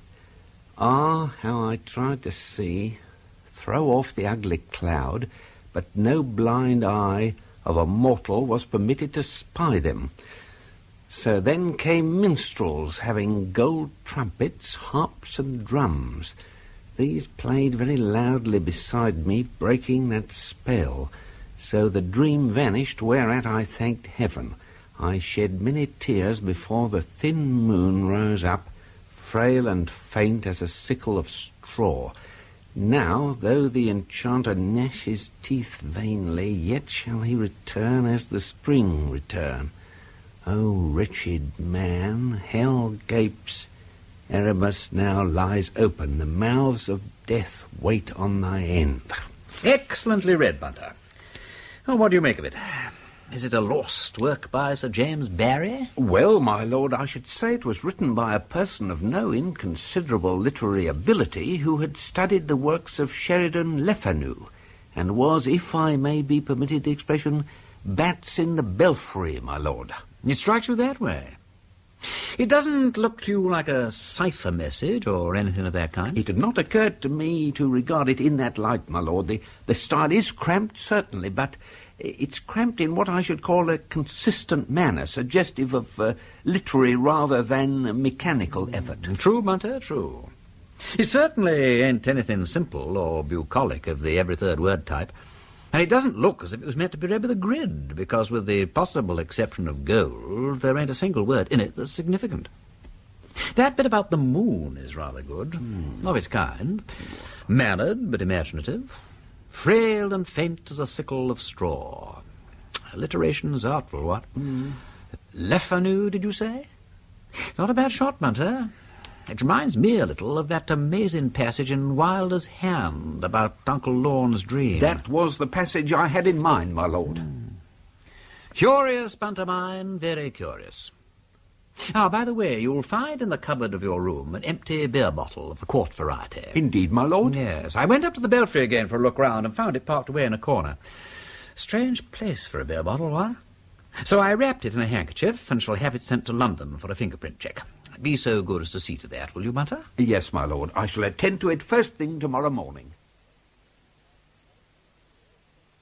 Well, my lord, I'm glad to say that we've already had a response from the French police in response to our inquiries. Remarkable. Looks like they found the writer of the letter. It's a woman by the name of Susan Legrosse. It's been worked on by a Monsieur le Commissaire Rosier of Chateau somewhere or other in the department of Marne. Excellent. Well, I think that ought to be followed up at once, don't you agree, Blundell? Oh, yes, my lord. All depends, really, on who the Chief Constable decides to send to France. Yes. Do you speak French yourself, Blundell? Well, not to say speak it, my lord. I could order a spot of grub and maybe swear at the garçon a bit, but examining witnesses... Quite a different question. Yes. Indeed. Of course, if the Chief Constable were to entrust the inquiry to me, I could pop over in 2 takes. At my own expense, of course. Afraid he might consider that a bit irregular, my lord. Well, my French is my strong point, don't you know? And I really think that in these hard times we ought to consider the public purse, don't you? Well, there is that, of course. Nous y voici. Please, do sit down. Thank you. It does not in any way astonish me, my lord, to receive an inquiry concerning the husband of Suzanne Legros. It is evident that there is a formidable mystery. For 10 years I have said to myself, Aristide Rosier, the day will come when your premonitions concerning the so-called Jean Legros will be justified. I perceive that the day is at hand, and I congratulate myself upon my foresight. Well, evidently, Monsieur le Commissaire possesses a keen intelligence. Now, to lay the matter clearly before you, I'm obliged to go back to the summer of 1918. Milord will remember the retreat over the Marne in July. The retreating armies were swept back across the Marne in disorder and passed through the little village of Épernay. In that village lived the aged Pierre Legros and his granddaughter Suzanne. Suzanne was 27 at the time. About 10 days after the retreat, it was reported that Suzanne Legros and her grandfather had a visitor at the farm, and the police found a sick and wounded man being kept there. Upon being interrogated, Suzanne Legros and her grandfather told a singular story. She said that on the second night after the retreat had passed through the village, she went to a distant outhouse, and there found this man, sick and burning with fever, stripped to his underclothing with his head roughly bandaged. He was dirty and blood-stained, and his clothes were bedaubed with mud and weeds as though he had been in the river. She showed the clothing in which she had found him, a vest, underpants, socks, and a shirt of regulation army pattern, very much stained and torn. No uniform, no boots, no identity disc, no papers. It was therefore assumed, I presume, that he had abandoned his clothes when forced to swim across a river during the retreat. Exactly.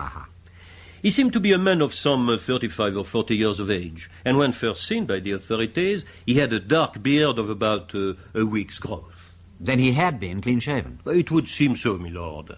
I see. Well, the man remained unconscious in a coma for almost 3 weeks. When he slowly regained consciousness, it was found that his memory, and for some time his speech also, was gone. But gradually the speech was regained, though for some time he could express himself only in a thick, mumbling manner with many hesitations. He claimed to remember nothing of the past, but nothing. He did not know his name or his place of origin. He had a life which began only in the farmhouse at Épernay. Well, of course, his description was circulated to the French army and the British army. but without result. And after the armistice, even to Germany, but still without any success. Most remarkable case. We thought so too, my lord. He was taken to several hospitals and examined by psychologists, but they could make nothing of him. Oh, they tried to set traps for him. They suddenly shouted out words of command to him in English or French or German, thinking that he might display an automatic reaction, but it was to no purpose. He seemed to have completely forgotten the war. Lucky devil. Oui, sir, je suis de votre avis, but nevertheless some kind of reaction would have been satisfying. Indeed. Eventually, old man Legros asked leave to adopt the man as his son. Oh, there were difficulties, but enfin, since something had to be done with the man, and he was quiet and well-behaved and gave no trouble, the consent was obtained. He was adopted under the name of Jean Legros, and papers were made out for him. Eventually, the civil authorities washed their hands of the whole matter, and Suzanne Legros ended up marrying this Jean, and their eldest son is now 9 years of age. You said in your letter, Monsieur Rosier, that Jean Legros has now disappeared. Since 5 months, my lord. It is said that he is in Belgium buying pigs, cattle, I know not what, but he has not returned, and his wife is very concerned. You think you may have some information about him? Well, we have a corpse and we have a name. But if this Jean Legros has conducted himself in the manner you describe, then the name is not his, though the corpse may be. For the man whose name we have was in prison in 1918 and for some years afterwards. Ah, then you have no further interest in Monsieur Legros? Oh, on the contrary. An interest of the most profound. We still have the corpse. Ah, à la bonne heure. A corpse is always something. Have you any photographs, any measurements, any marks of identification? The photograph will assuredly be of little use, since the corpse, when found, was 4 months old and the face had been much battered. Moreover, his hands have been removed at the wrists. But we have measurements and 2 medical reports. From the latest of these, recently received from a London expert, it appears that the scalp bears the mark of an old scar, in addition to those recently inflicted. Aha! That is perhaps some confirmation. He was then killed by being beaten on the head, Your Unknown. No. All the head injuries were inflicted after death. The expert opinion confirms that of the police surgeon on this point. He died then of what? Ah, there is the mystery. There's no sign of a fatal wound, or of poison, or of strangling, nor yet of disease. The heart was sound, the intestines show that he had not died of starvation. Indeed, he was well nourished and had eaten a few hours before his death. Tja. And apoplexy, then? Ah, it's possible. The brain, you understand, was in a somewhat putrefied condition. It's difficult to say with certainty. But you comprehend that if a thundering apoplexy killed this man, it was not so obliging as to bury him also.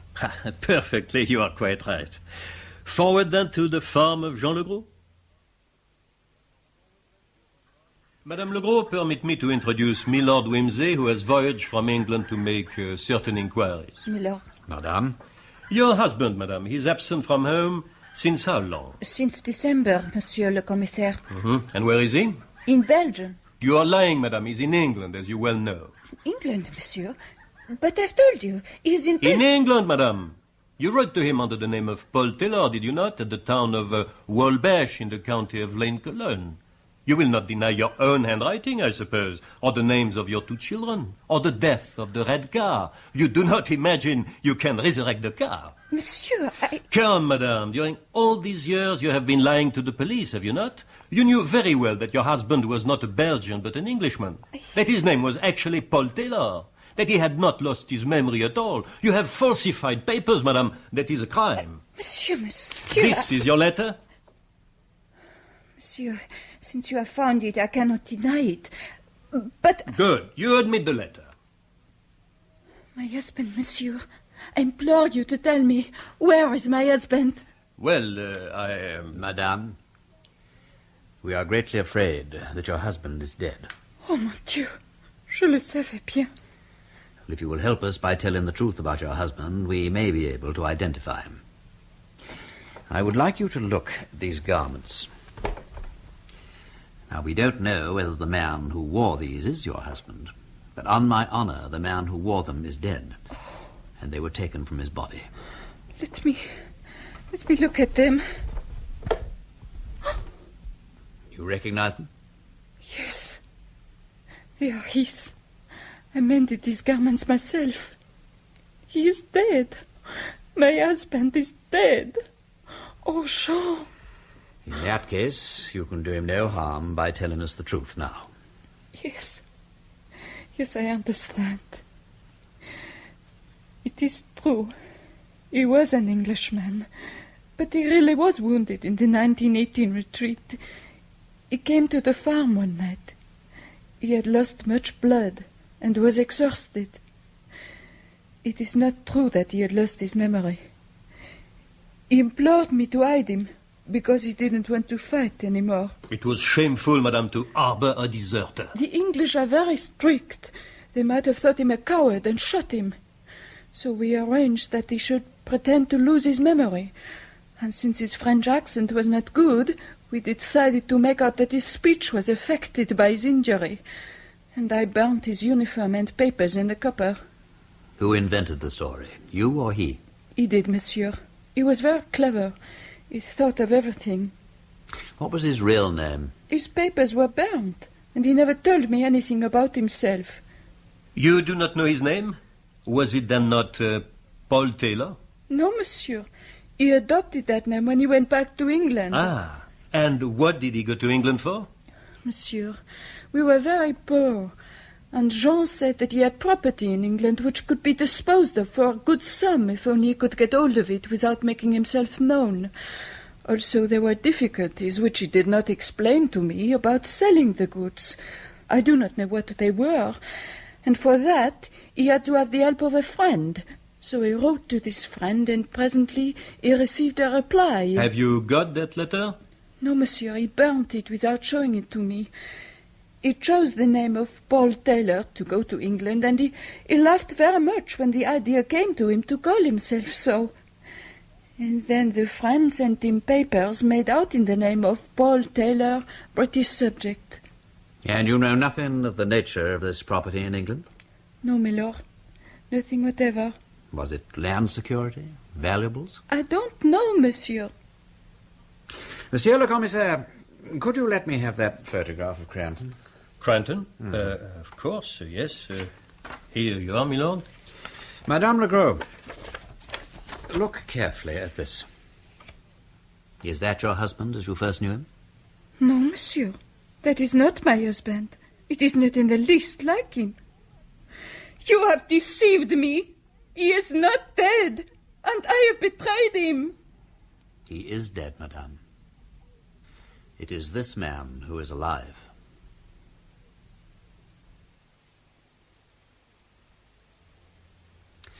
So now, Monsieur le Commissaire, we are no nearer than before to a solution. It is possible that Madame Legros has not told us all she knows. What resources could her husband command, my lord? Oh, how can I tell? But we believe that this mysterious property had to do with an emerald necklace of many thousands of pounds value. Ah, je comprends. It would be worthwhile to spend the money then. But this man is not the man you thought. Now, there's the difficulty. But look, there were two men concerned with the theft. One, a London jewel thief. Cranton? Cranton, that's right, Nobby Cranton. The other was a domestic servant. Now, we don't know which of them had the jewels. It's a long story, but you heard that this Jean Legros wrote to a friend in England, and that friend may have been Cranton. Now, Legros can't have been the servant who stole the jewels in the first place, for that man is dead. But let us suppose that before dying, the thief communicated to Legros the secret of where the emeralds are hidden, and also the name of Cranton. Legros then writes to Cranton and proposes a partnership to find the jewels. Cranton doesn't believe and asks for proof that Legros really knows something. Legros sends a letter which satisfies Cranton, and Cranton in turn procures the necessary papers for Legros. Then Legros goes to England and meets Cranton. Together they go and discover the jewels. Then Cranton kills Legros in order to have the lot for himself. How's that, monsieur? After all, Cranton has disappeared. Oui, it is very possible, my lord. It is certain that there is more than desertion behind this change of name and Legros' fear of the British police.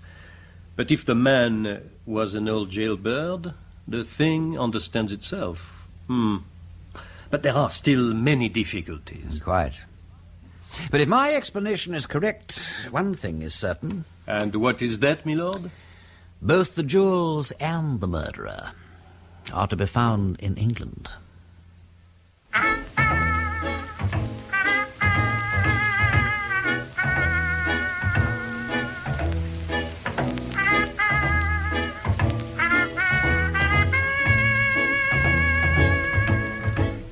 In that episode of The Nine Tailors, the parts were played as follows.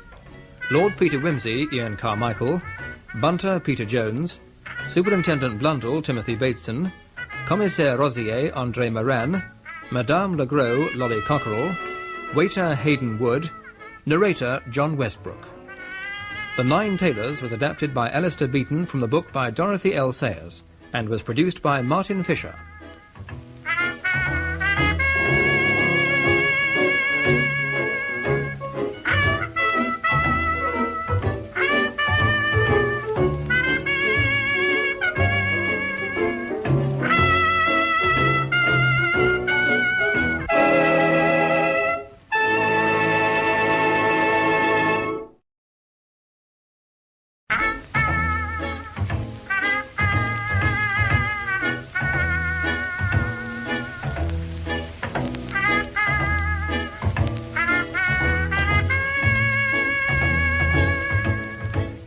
We present Ian Carmichael as Lord Peter Wimsey in The Nine Tailors by Dorothy L. Sayers, adapted for radio by Alistair Beaton, with Peter Jones as Bunter, Philip Latham as the Reverend Theodore Venables, Timothy Bateson as Superintendent Blundell, and Stephen Greif as Nobby Cranton.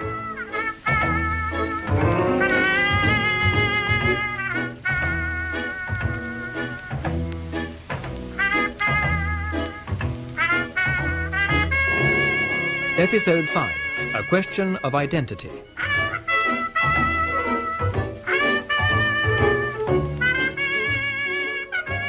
There was a great wind blowing over the fen, and immense white clouds sailing fast in the wide blue dome of the sky, as Lord Peter Wimsey and Superintendent Blundell walked thoughtfully through the churchyard at Fenchurch St. Paul.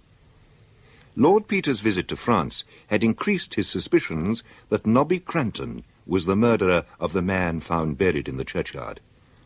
If this theory was correct, then the body was that of Jean Legros, who must have travelled from France around New Year in order to meet up with Cranton and divide the spoils of a robbery carried out in Fenchurch St. Paul more than 10 years before.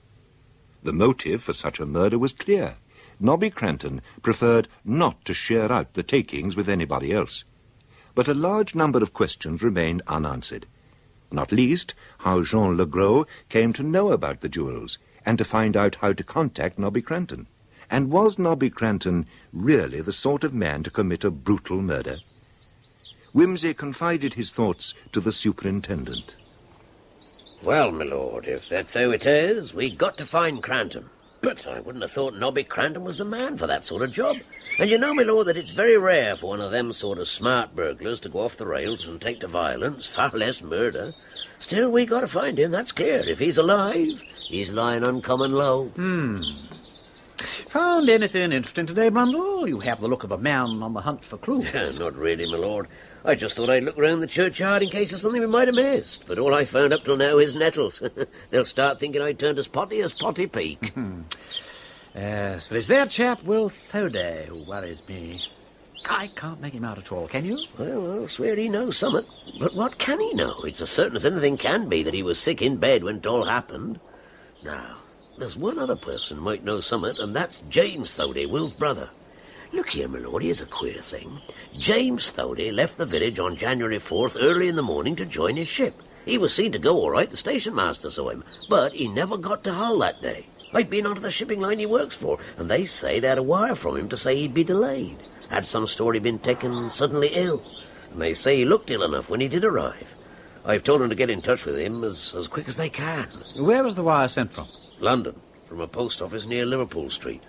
He might have picked up influenza from his brother. So he might. Still, he was fit to sail the next day, and it looks funny, don't you think? He'd have had plenty of time to go up to London and come down here again. He might have come part of the way by train and the rest by car or motorbike. You think he was in with Will over the thing? Yes, I see. Will Thoday is in a conspiracy with Legros to get the emeralds, is that it? He then gets flu and can't do the job himself, so he arranges with brother Jim to do it for him. Then Jim meets Legros, kills him, buries him, and vamooses with the emeralds to Hong Kong. Well, that would explain one thing, and that's why those infernal stones haven't been put on the European market. Still, it was easier when we put it all onto Cranton, what? I mean, with his contacts in London, Cranton could easily have arranged false papers for Legros. But you can't imagine that Will Thoday produced a false passport and all that. How would a fellow like that know how to set about it? But there's the £200 that Will had on him when he was taken ill at New Year. So there was. Ah, but that was after Legros set out. And when Legros was killed, the money was returned to the bank. Was it? Oh, yeah. He gave me permission to go over his bank account. No suspicious withdrawals of money up to that £200 on December 31st, and that was paid in again in January, as soon as he was able to get about. He said the money was for purchasing a piece of land, but that he changed his mind. It's true about the land. I checked, and he did consider buying it. All the same, £200, all in £1 notes, and I... Excuse me a moment, my lord. Ah, gotcha. What the now, devil? you clear off. You'll get yourself in trouble, my lad, hanging around the churchyard and listening to private conversations. Oh, you needn't choke a fella. Don't choke poor Potty. If you knew what I know... What do you know? I seen him. Number 9. I seen him a-talking to Will Thoday in the church. But the Tailors was too much for him. Him with the rope, they got him. And they'll get you too, Potty knows. Who was talking to Will in the church? Why, him over there, him in the grave. The black-bearded man. There's 8 in the belfry and 1 in the grave. That makes 9. Him as calls a pale, you won't get him, oh no. I'll see here. You're a clever fellow, Potty. Huh? When did you see Will Thoday talking to the black-bearded man? It was Monday night, that's when it was. There was cold pork and beans for dinner. That's good, cold pork and beans. Parson, he preached about thankfulness. Be thankful for Christmas, he say. So Potty slips out that night to be thankful again. Oh, you got to go to church, be thankful properly, ain't you, sir? And there was the church door a-standing open. So Potty creeps in, careful like, see, and there's a light in the vestry. Oh, Potty was frightened. Potty hides behind old Batty Thomas, and then Will Thoday comes in. You sure of that, Potty? Yeah. Potty hears him talking in the vestry. Will Thoday, then he cries out, and he fetches a rope from the chest. Oh, Potty don't want to see no one hanged. And what did you do then, Potty? Oh, Potty runs away. He looks in at the vestry window, and there's a black-bearded man a-laying on the floor, and Will a-standing him over him on the floor. Ropes. Potty dreams of ropes. 9 ropes. 1, 2, 3, 4, 5, 6, 7, 8... And this one's 9. I think you were dreaming all the time, Potty. Yeah, it were only one of poor Potty's dreams. 1, 2, 3, 4, 5, 6, 7, 8, and now there's 9. 9 tailors makes a man. What are we to make of that? Well, I think he saw something, all right. Or how did he know that the rope was gone from the coat chest? That's true. Unless he were hiding in the churchyard and saw you and me finding the rope. When do you think the rector preached about thankfulness for Christmas? Well, that'd be the Sunday after, December 30th. We can easily check up on that with the rector. Perhaps you should see Will Thoday again. Perhaps I should. Not that I believe a single word Potty says. Now about Jim Thoday. How does he come into it now? I don't know, Super. But there is one thing I'm sure of. It was no sailor put those knots into the rope we found in the well. I'll take my oath on that. By the way, have a look at this, will you? Young Hilary Thorp sent it to me. It's a piece of paper she found in the belfry on the Saturday before Easter Day. I thought to see the fairies in the field, but I saw only the evil elephants with their black backs. Woe, and how that sight awed me. The elves danced all around and about, while I heard voices calling clearly. Minstrels, gold trumpets, harps, and drums. Well, my lord, I don't know what to make of that. Sounds Potty. I don't think Potty could rise to such heights. I think it may be some form of cryptogram. Indeed, my lord. I shouldn't get after decipher it. No, quite. It's already shown itself to be far from simple. But I've not yet given up hope of cracking the code. If there is a code, my lord. As you say, Blundell, if there is a code.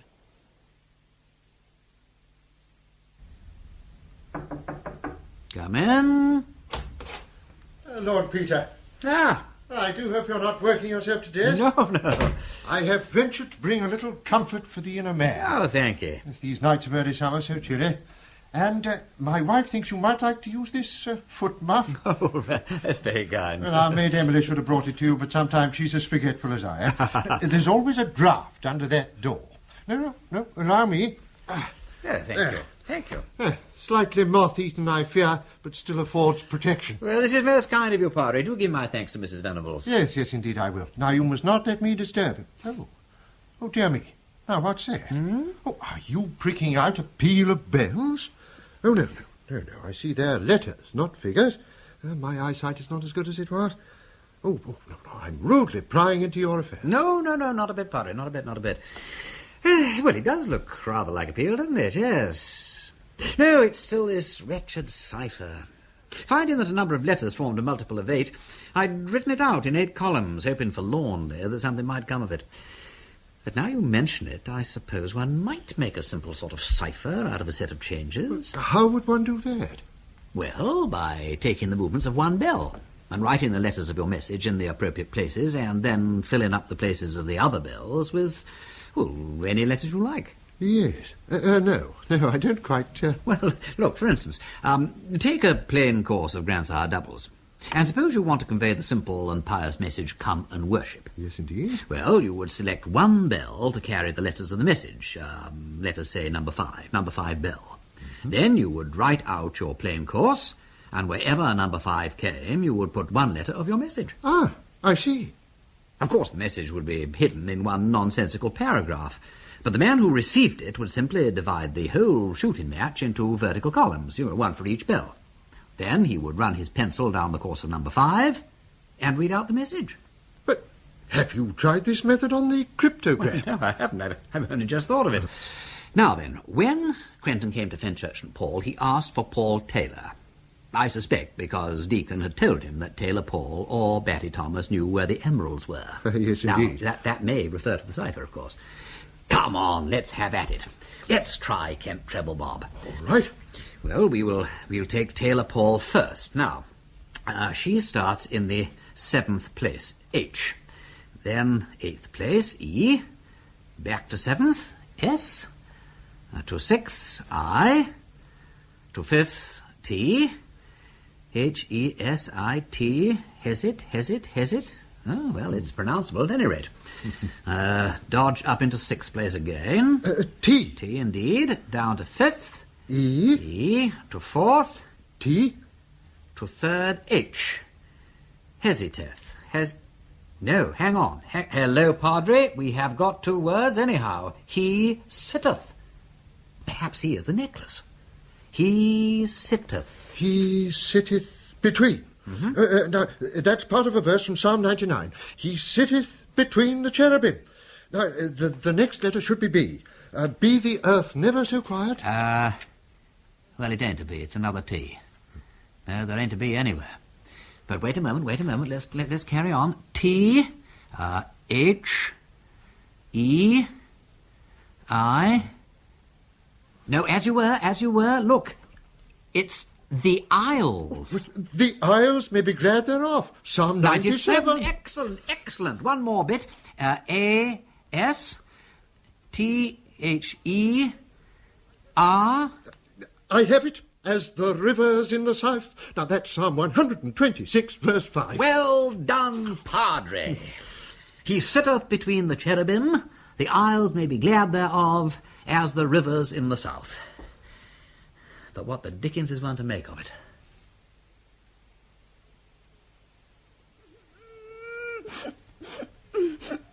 If you please, Mrs. Venables, I should like to give my week's warning. Good gracious, Emily, what on earth is the matter with you? If you'll allow me to explain, Mrs. Venables. I'm sure I ain't got no fault to find with you, and Rector has always been that kind. But if I'm to be spoken to so by Mr. Bunter when I'm not his servant and I never want to be, and it ain't no part of my duties. And anyway, I was I to know. I did ought to have been told, and it ain't my fault, and so I told Mr. Bunter. Well, now, Bunter, what is all this trouble about? I beg your pardon, madam. I fear that I forgot myself. But I've been in his lordship's service now for going on 15 years, counting my service under him in the war, and such a thing has never yet befallen me. In the sudden shock and the bitter mortification of my mind, I spoke with considerable heat. I assure you that it will not occur again. But what is it all about? That quart beer bottle, madam, standing there on the table, was found by his lordship. In the church belfry, I believe. It was entrusted to me, and I intended photographing it this morning before sending it to Scotland Yard to be examined for fingerprints. Yesterday evening, it seems that this young woman entered the room during my absence, investigated the cupboard, and removed the bottle. Not content with removing it, she dusted it. If you please, I didn't know it was wanted. A nasty, dirty old thing. So I gives it a dust and... Now the fingerprints have all gone. And what to say to his lordship, I do not know. Oh, dear, oh, dear. I don't know what to do. You will understand my feelings, madam, when I think of his lordship waking to a new day and not knowing of the blow which is in store for him. He's rung twice, and he'll know by the delay that something of a calamitous nature has occurred. Bunter? My lord. What the devil's happened to my tea? Oh, I beg your pardon, Mrs. Venables. Do excuse my language. Oh, and my bathrobe, what? I didn't know you were here. Oh, Lord Peter, such a dreadful thing's happened. Your man is so terribly upset, and this silly girl, she meant well, of course, and it's all a mistake, but we've dusted all the fingerprints off your bottle. I did it! I dusted it! I didn't know! Bunter? Yes, my lord. Take up my tea and throw the bottle in the dustbin. What's done cannot be undone. Let it be a warning to you never to seek for happiness out of a bottle. Emily, if you cry any more, your young man won't know you on Sunday. Yes, sir. That will be all, Emily. Yes, ma'am. Don't worry about the bottle, Mrs. Venables. I always loathe the sight of it anyway. I beg you will not give another thought to it or to Emily either. She's a particularly nice girl, isn't she? What's her surname, by the way? Holiday. She's some relation to Mary Throwday. Though, of course, in this village everybody is related to somebody or other. It comes of being such a small place. Though now they all have motor bicycles and the buses running twice a week, it isn't so bad. And there won't be so many unfortunate creatures like Potty Peak. Just so, Mrs. Venables. Just so.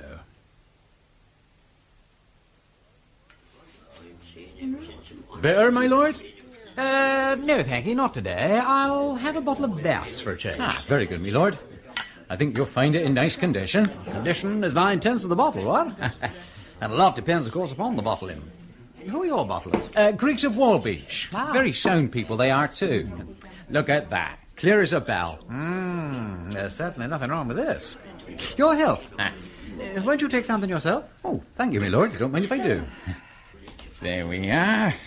As nice a glass of Bass as you could wish to see. Do you do much in the way of quart bottles? Quarts? No, not much demand for quart bottles of beer. Of course, Will Thoday, he had quite a few while his brother Jim was at home. Did he indeed?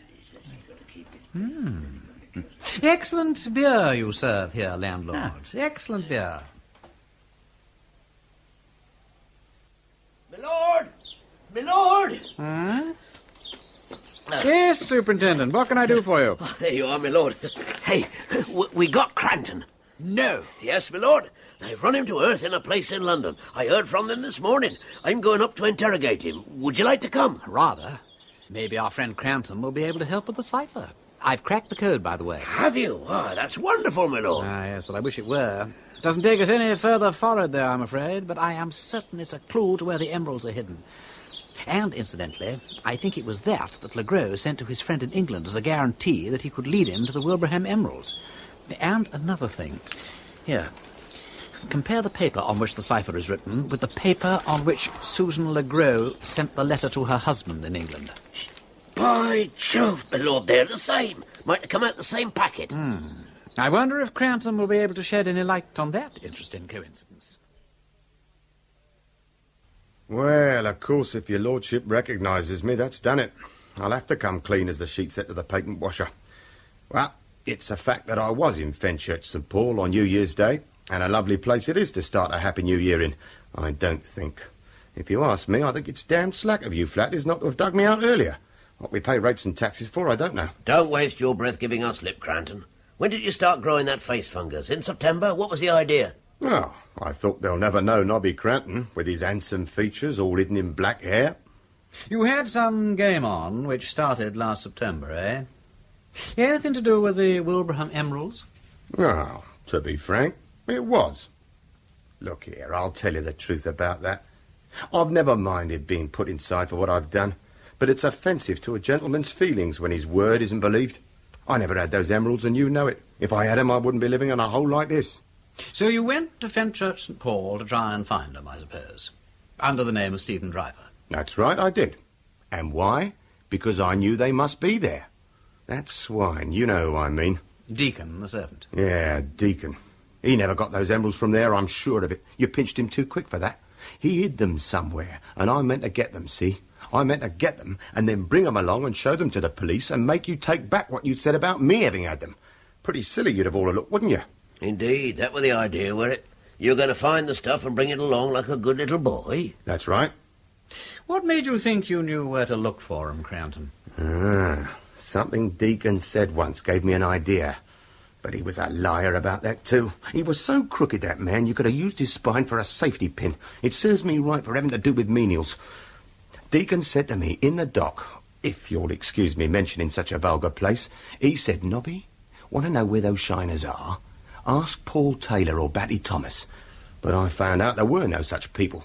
Only some rubbish about bells, so I dismissed the matter from my mind and gave up any idea of finding them. Why did you leave the village so soon? I saw Deacon's wife. I was afraid she might remember me, might recognise me, despite the beard. I never expected to see her in the village. She came back when she married a man named Thurday. Married again? I didn't know that. Well, I'll be... Did that woman have anything to do with the theft of the emeralds? Did she plan it with her husband, Deacon? No. I'll pretty well take my oath she knows nothing about them. So you didn't investigate the matter of Batty Thomas and Paul Taylor any further? You didn't, for instance, visit the belfry to see if the emeralds were hidden up there? No, of course I didn't. Besides, the confounded place was always locked. You tried it, then? Eh? Well, I may just have laid my hand on the door, so to speak. You never went up into the bell chamber? Not me. Then how do you account for the cipher that was found there? Eh? I never saw it before. What is it? You're lying. You have seen it. Jean Legros sent it to you, didn't he? Hey, who's he? I've never heard of him. For God's sake, can't you leave me alone? Are you charging me with anything? Not as yet. Then you've got to take my answer. Do you want to be charged? With what? You can't charge me with stealing the emeralds all over again. No, but we might charge you with the murder of Jean Legros. Oh, no. No. That's a lie. I never killed him. I never killed anybody. I never. Well, he recognised that paper all right. Yes, produced quite a reaction, didn't it? He's frightened about something, all right. He's frightened about the murder. It looks to me as though he did it. He admits he was there and that he ran away on the night the body was buried. If he didn't do it, who did? He could have got the key of the crypt from the sexton, all right, we know that. So he could. But he was a stranger to the place. How did he know where the sexton kept his tools or where to find the bell rope? And where does Legros come into it? If Cranton knew where to find the emeralds, what was the sense of bringing Legros to England? And if he did, for some reason, need Legros and killed him to get the emeralds, where are the emeralds? We'll search Cranton's house. I don't somehow think we'll find them, but if we do, then we can arrest Cranton for murder. I'm sure of that. If not, we'll be forced to release him. Where thy treasure is, there shall thy heart be also. Yes, the heart of this crime, super, is down at Fenchurch St Paul. That is my prophecy. Care to have a bet on it? Oh, but you see, you will find the same sort of arrangement in most of the Fen churches. Mm-hmm. At the Upwell Church near Wisbeach, for example, they put up a gallery in the south aisle. very unfortunate. Well, the cherubim are almost totally obscured. Some more Yorkshire pudding for you, Lord Peter? No, thank you, Mrs. Venables. Absolutely delicious, but I couldn't manage another morsel. Oh, about 10 years ago, we took down the galleries in our church. Hideous, cumbersome things they were. They made the church so dark, too. I always used to say it was a regular blind man's holiday underneath those galleries. Do you mean the gallery in your church ran close to the cherubim in the south aisle? Yes, and you see they ran right across the aisle windows, blocking the light a little. He sitteth between the cherubim. The isles may be glad thereof, as the rivers in the south. The cryptogram? Exactly. Do you mean the emeralds are hidden between the cherubim in the south aisle? Were hidden, perhaps. Where did the servants from the Thorp's house sit before the gallery was taken down? Why, they used the gallery. Good gracious. Then Deacon hid the emeralds somewhere in the gallery. In the roof above the gallery, I suspect. Well, we must hasten and... Oh dear. Now, today is Sunday. Perhaps we could get a ladder tomorrow morning. We're still rather touchy about the fourth commandment here. I don't think we need hurry, Padre. This will be purely for fun. By way of shut in the stable door after the steed has been stolen. Right, Blundell. Let's get the ladder up over here. No. The servants used to sit further to the right. Over here? That's it. Splendid. Right, now then. You hold the ladder steady, Blundell. There's a good fellow. Right-o, my lord. And up we go.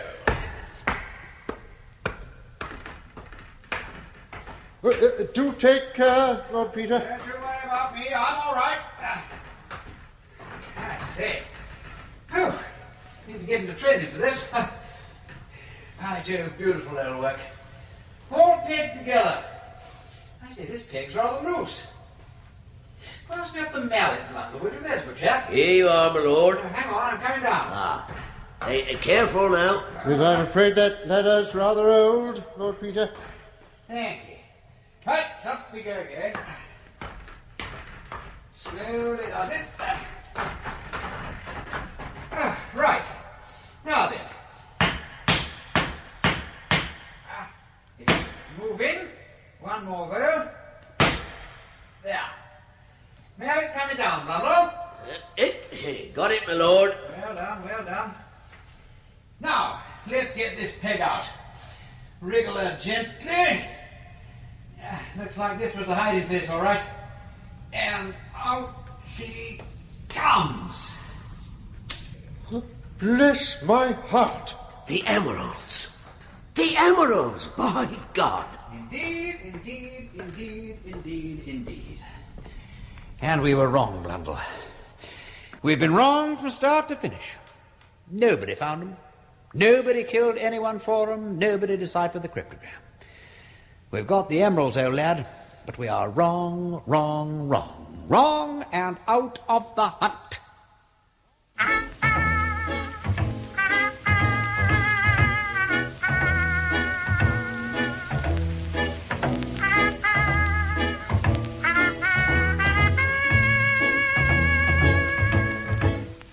In that episode of The Nine Tailors, the parts were played as follows. Lord Peter Wimsey, Ian Carmichael; Bunter, Peter Jones; the Reverend Theodore Venables, Philip Latham; Superintendent Blundell, Timothy Bateson; Nobby Cranton, Stephen Greif; Mrs. Venables, Noel Dyson; Emily, Jenny Twigg; Potty Peak, Anthony Hyde; Donington, John Church; narrator, John Westbrook. The Nine Tailors was adapted by Alistair Beaton from the book by Dorothy L. Sayers and was produced by Martin Fisher.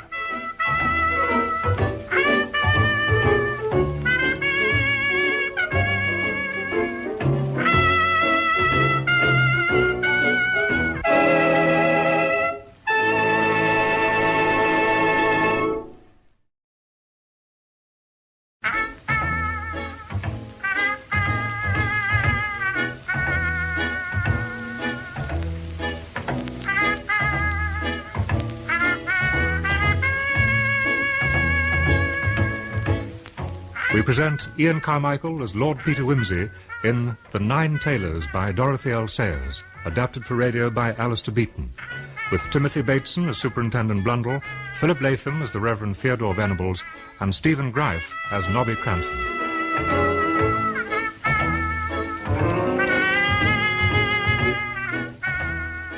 Episode 6, A Damnable Business.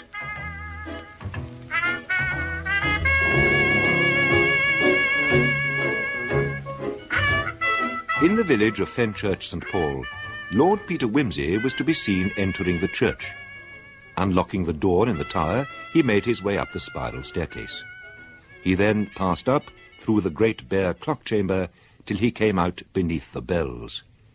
If their tongues could speak, they could tell him what they had seen, but they had neither speech nor language. Somewhere in or near this church, a man had been murdered at New Year. Then the murderer had mutilated the body to prevent identification and buried it on top of the coffin in Lady Thorp's grave. That there was a connection between this and the theft of the Wilbraham emeralds 10 years before was already clear. But now the emeralds had been found, there was no apparent motivation for the murder. The one hope left was to find out the real identity of Jean Legros, the man who made the mysterious journey from France to the village of Fenchurch St. Paul, only to keep an appointment with death. Come in, my lord. Thank you. I just received a letter from Monsieur Rosier. We now know who this Jean Legros really was. Ah, splendid. I only hope it helps. Apparently, the French police searched Suzanne Legros' house and found her husband's original identity disc. He was an Englishman, right enough. And can you guess where he came from? I've given up guessing, Super. He came from a little place in Kent, only about half a mile from the wood where Deacon's body was found after he broke out of jail. Oh, now we're coming to it, Blundell. I got on the phone straight away as soon as this letter arrived.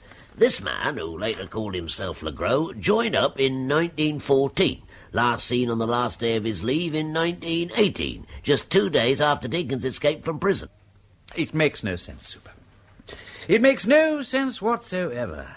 If this man joins up in the first year of the war, how on earth could he have been elaborately in league with Deacon, who went to Maidstone in 1914? Well, how's this, my lord? You see, I've been working this thing out, see? Deacon burst away from a working party, didn't he? Yeah. He was found still wearing his prison dress, right? Now, here's this Legros, hard nut by all accounts. He's walking through the woods. This is 1918, right? On his way back to France, and he finds Jeff Deacon lurking about. He collars him and discovers he's got an escaped convict. And the convict says, let me go and I'll make you a rich man, right? Right. And our soldier friend has no objection to that.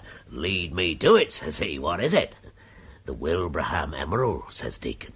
Then Deacon, like a fool, lets out that he's made a note of the hiding place for the emeralds, and he's got the note on him. Well, the other man thinks, why split it 2 ways? So he lams Deacon over the head. But when he gets the paper off of the body, he's upset to find that he can't make head and tail of it. So he pops Deacon down hole in the ground and makes tracks for France. How's that so far? Fine, full-blooded stuff, Super. But why should Deacon be carrying a note of the hiding place about with him? And how did he come to be written on foreign paper? Well, I can't answer everything at once, can I? I wonder if Mary Thoday can shed some light on this. I wonder if she would recognise the cryptogram. So you think she was in on the crime when she was still married to Jeff Deacon? Well, I'm not sure. But there's something strange about their behaviour over New Year, and I don't think it would do any harm to pay a call on the lady. I hope you'll forgive me, Mrs. Thoday, if I take your mind back to a rather painful episode. I mean to say, bygones are bygones and all that, and one hates digging anything up, what? But when it comes to dead bodies in other people's graves and so on, well, sometimes one gets pondering about them and all that sort of thing, don't you know? Yes, indeed, my lord. Well, would you mind taking a look at this photograph? See if it rings a bell. Him? Oh, I remember him, my lord.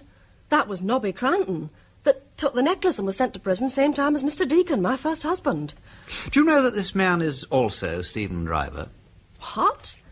You mean the man who was here in the village at New Year? No, this can't be Driver. Driver had a beard. Specially grown for the occasion. Yes. I suppose now you've told me, you can tell it's the same man. Does that mean Cranton's dead? Nobby Cranton is very much alive and kicking. And you had no idea that it was the same person? You never recognised Driver? I had no idea it was Cranton. If I'd ever had such a thought, I'd have spoken to him. I'd have got out of him where he put those emeralds. And what do you suppose Nobby Cranton came down here for? Doesn't that show, my lord, that it was him as hid them after all? But Nobby Cranton claims he was told in the dock by your late husband that the emeralds were here, that he should ask for Tailor Paul and Batty Thomas to find them for him. I don't understand that, my lord. Well, looky here. There may be some connection with this cryptogram. Have you ever seen the writing before? Oh, that writing? You recognise it? No, my lord, no. Really? We had an idea that it might have been written by some man your late husband knew when he was in jail. Did you ever hear of anyone called Jean Legros? No, my lord. And you never knew anyone called Paul Taylor? No, never. Oh, well, I just wondered.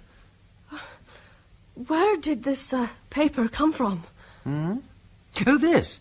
It was picked up in the church, in the belfry. In the church? Well, I mustn't bother you any more, Mrs. Thurday. I just wanted to clear up this little point about Cranton, that's all. Forgive my barging along and bothering you about what's forgotten. Oh, by the way, I gather from Mr. Venables that you and Will didn't go to church this Sunday. Well, no, we didn't, as it happens. But if you don't mind my saying so, that's our business, my lord.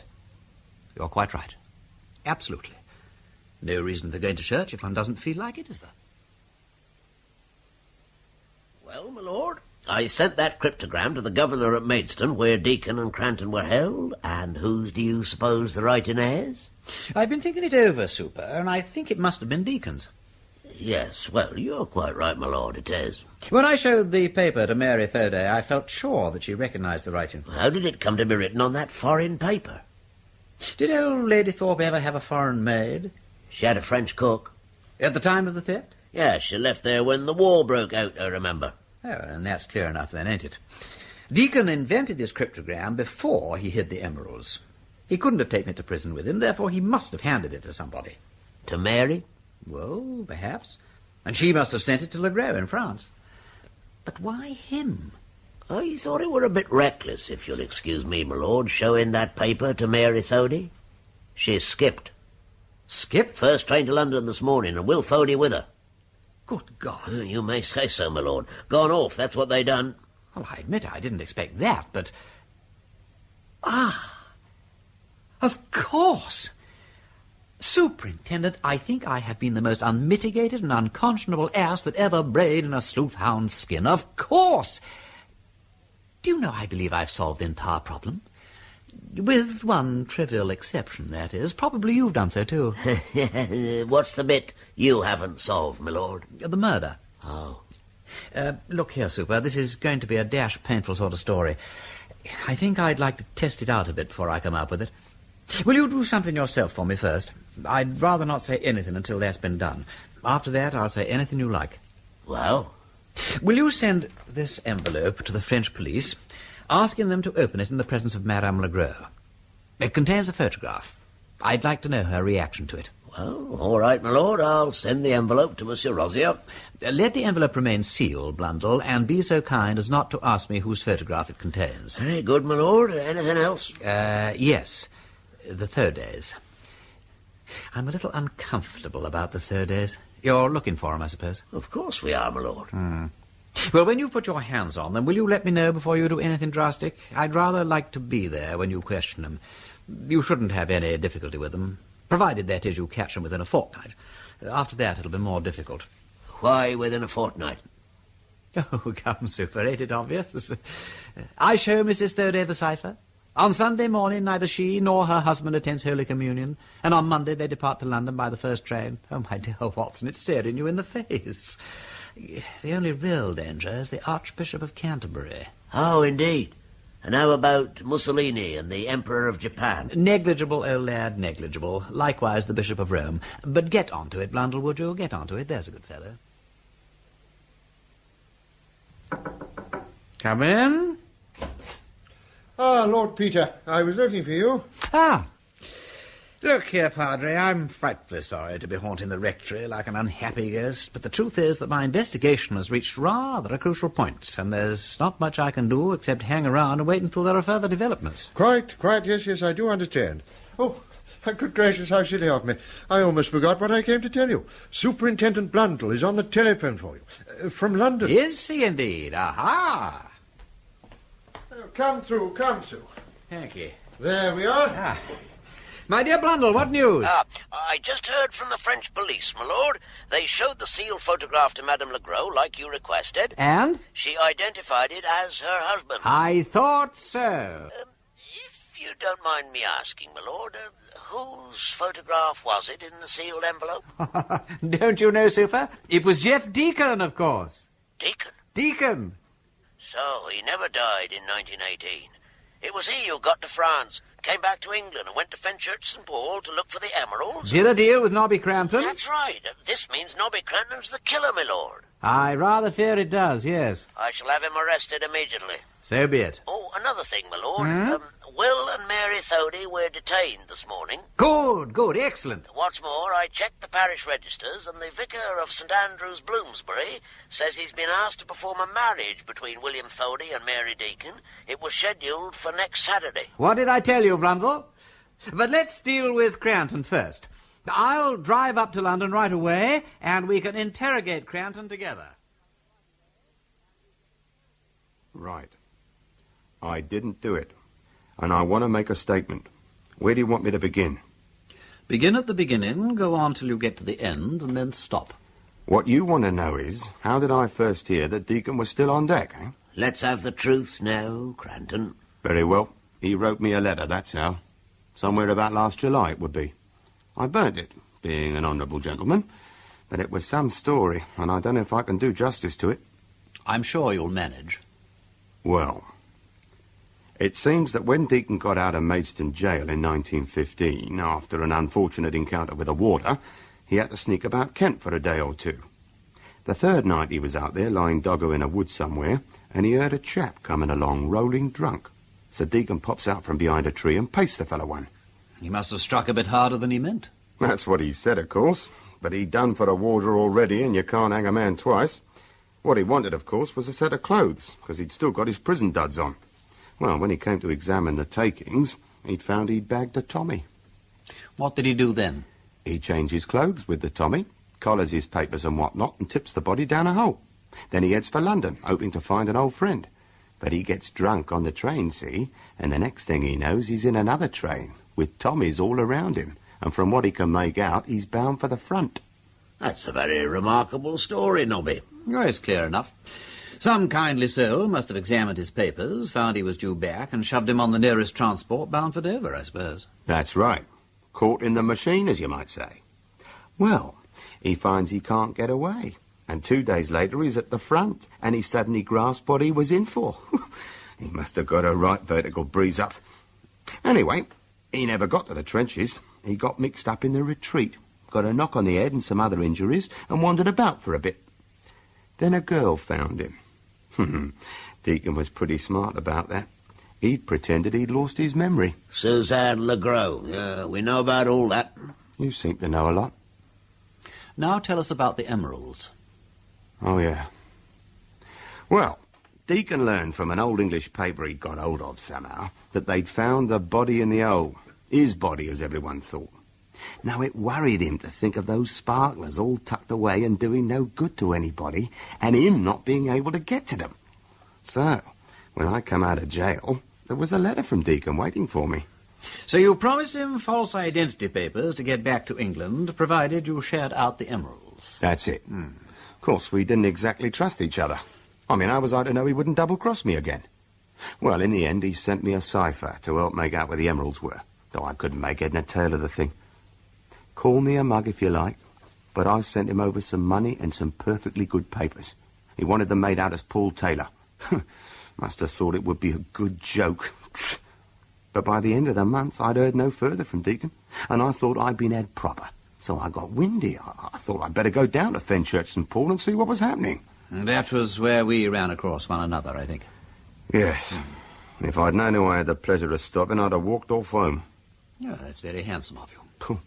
You then got a job with Ezra Wilderspin and made inquiries about Paul Taylor and Betty Thomas. Yeah, and a nice business that was. Mr. Paul Beaton Taylor and Mr. Betty Thomas. Bells, if you please. Well, I took the idea that the cipher must be connected in some way with a bell, so on a Saturday night, a bit after midnight, I went down to that church, and the minute I put my hand on the door, I found it was open. Well, I thought Deacon must be in there, on the job. But who else could it be at that time of the night? I looked around, but I couldn't make out where Deacon was, so I went up to the belfry, and that's where I found him. Boo, there he was. Dead? There's a doornail, tied up to a big kind of a post, and a look on his face. I don't want to see a face like that again. Just as though he'd been struck dead and mad all at one go, if you see what I mean. I suppose there's no doubt he was dead. I never saw anyone deader. Stiff? No, not stiff, but cold. My God, I just touched him. Then I heard someone starting to come up the tower. There was another ladder, and I legged it on up that as high as I could go. I wasn't keen on being found up there with the body of me old pal Deacon. That might take some explaining. Well, then I heard this other chap moving around, and there were some bumps and dragging noises. I realised whoever it was getting the body down the ladder. Well, when he was gone, I thought, you better be making tracks, Nobby. But it was awkward, see, going down in the dark, and after a bit I switched my torch on, and I wished I hadn't. There I was, and those bells just beneath me, and God, I hated the look of them. I went all cold and sweaty, and the torch slipped out of my hand and fell and hit one of the bells. I'll never forget the sound it made. It wasn't loud, but it was terribly sweet and threatening. And it went humming, on and on and on. And a whole lot of other notes seemed to come out of it. You'll think I'm loony, but I'll tell you, that bell was alive. You got too much imagination, Nobby. No, you wait, Bundle. You wait till you get stuck on a ladder in a belfry in the dark. Bells are like cats and mirrors. They're always queer, and it don't do to think too much about 'em. Well, after a bit, I crawled on down. It felt like hours. Oh, I dare say it wasn't more than 5 minutes. I groped around and found the torch, but I discovered later I'd lost the cipher. Must have come out of my pocket when I pulled the torch out. Well, in the end, I got out of that church, and I ran and ran. God, how I ran. But see here, what I've told you is the truth and the whole truth. I swear to you, Deacon was already dead when I found him. I don't ever want to go back to Fenchurch St. Paul, sir. I don't mind telling you. Yes, I know what you mean.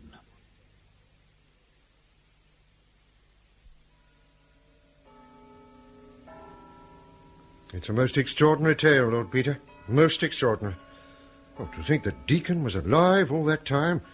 And, of course, Deacon was the body in Lady Thorp's grave. Yes.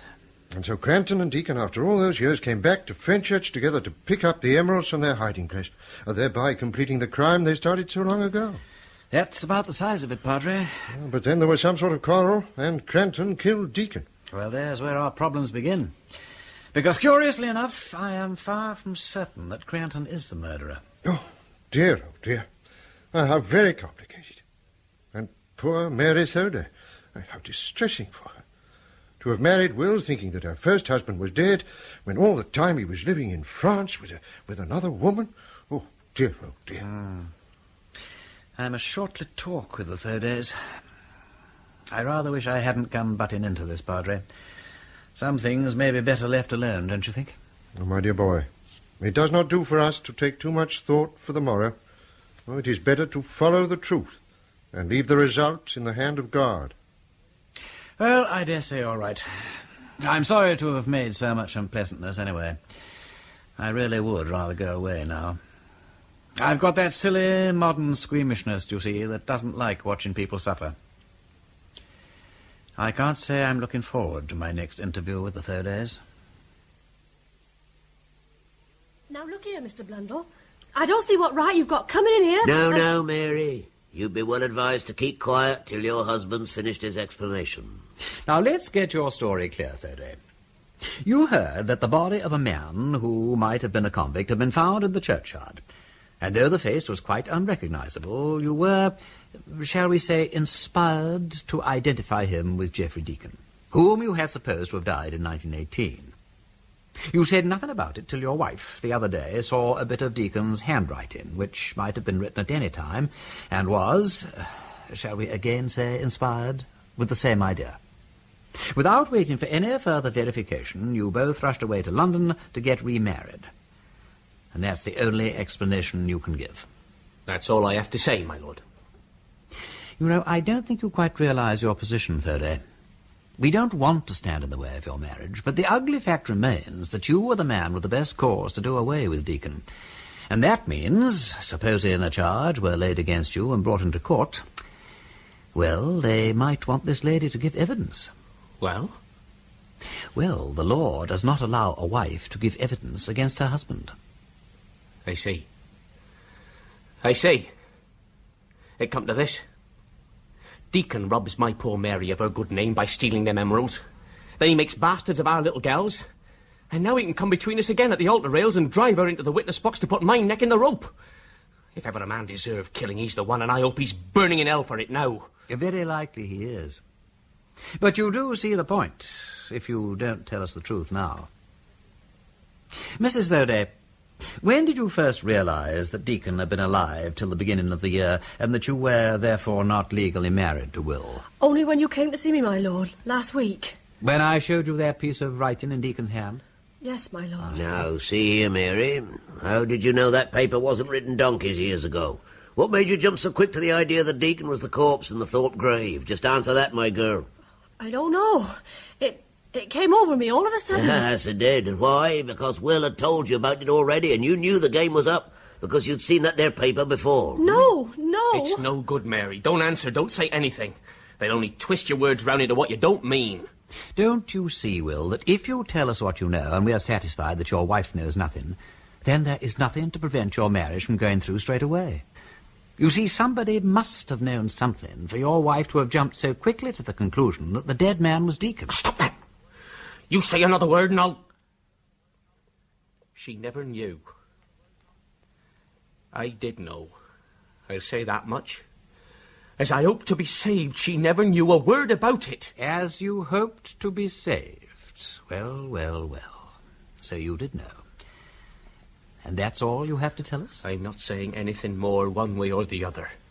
You don't want to help me? Oh, well, never mind. Let's try this. You tied Deacon up and left him in the vestry while you went round to steal Mr. Venable's keys. Then you took him up into the belfry because the bell chamber was nice and handy, and it was easier than escorting him through the village. After that, you brought him some food. Perhaps Mrs. Thody could throw some light upon that. Did you miss a quart bottle of beer or so about that time, Mrs. Thody? Some of those you got in for Jim? Oh, by the way, Jim is coming home, and we'll have to have a word with him. What? That doesn't seem to please him much, my lord. The next day you went over to Walbeach to get some money. But you weren't feeling well, and on the way home you broke down completely and couldn't get back to let Deacon out. Now, that was damned awkward for you, wasn't it?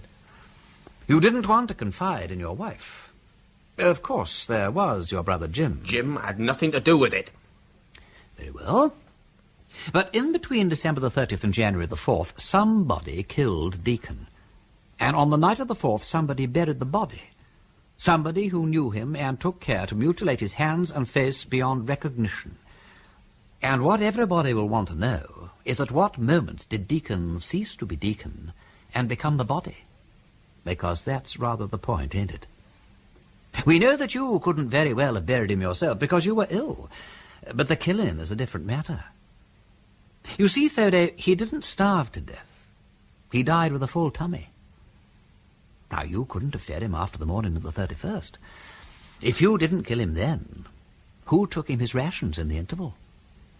And who, having fed him and killed him, rolled him down the belfry ladder on the night of the 4th, with a witness sitting in the roof of the tower?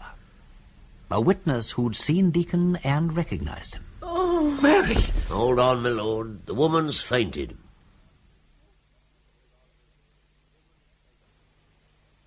It's a damnable business, Blundell, the whole thing. If ever a fellow deserved a sticky death, it's this Deacon brute. If the law had found him, the law would have hanged him, with loud applause from all good citizens. Why should we hang a perfectly decent chap for anticipating the law and doing our dirty work for us? Well, 'tis the law, my lord. Oh. In any case, we're going to have a bit of a job hanging Will Thody. Deacon was killed on a full stomach. If Will did away with him on the 30th or the 31st, why'd you go and collect the £200? If Deacon was dead, he wouldn't want it. On the other hand, if Deacon wasn't killed till the 4th, who fed him in the interval? If Jim Thody killed him, why'd you trouble to feed him first? The thing makes no sense. Suppose Deacon was being fed by somebody, and suppose he said something infuriating, and the somebody killed him all of a sudden in a frenzy, not meaning to. Yeah, but how did he kill him? He wasn't stabbed or shot or coated over the head? Oh, I don't know. Perhaps the rector killed him, perhaps the sexton killed him, or the blacksmith, or... Oh, curse the man. He is a perfect nuisance, dead or alive, and whoever killed him was a public benefactor.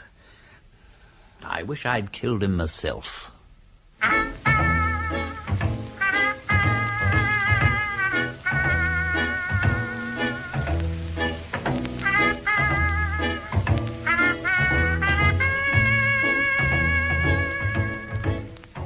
In that episode of the Nine Tailors, the parts were played as follows.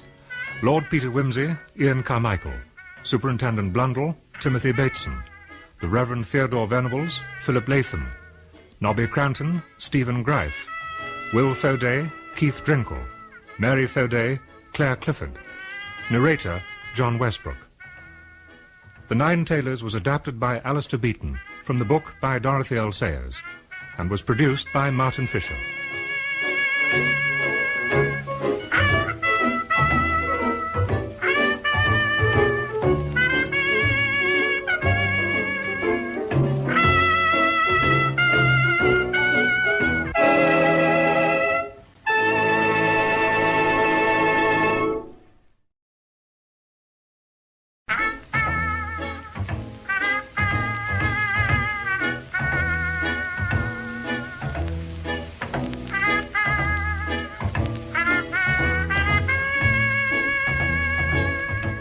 We present Ian Carmichael as Lord Peter Wimsey in The Nine Tailors by Dorothy L. Sayers, adapted for radio by Alistair Beaton, with Timothy Bateson as Superintendent Blundell and Philip Latham as the Reverend Theodore Venables.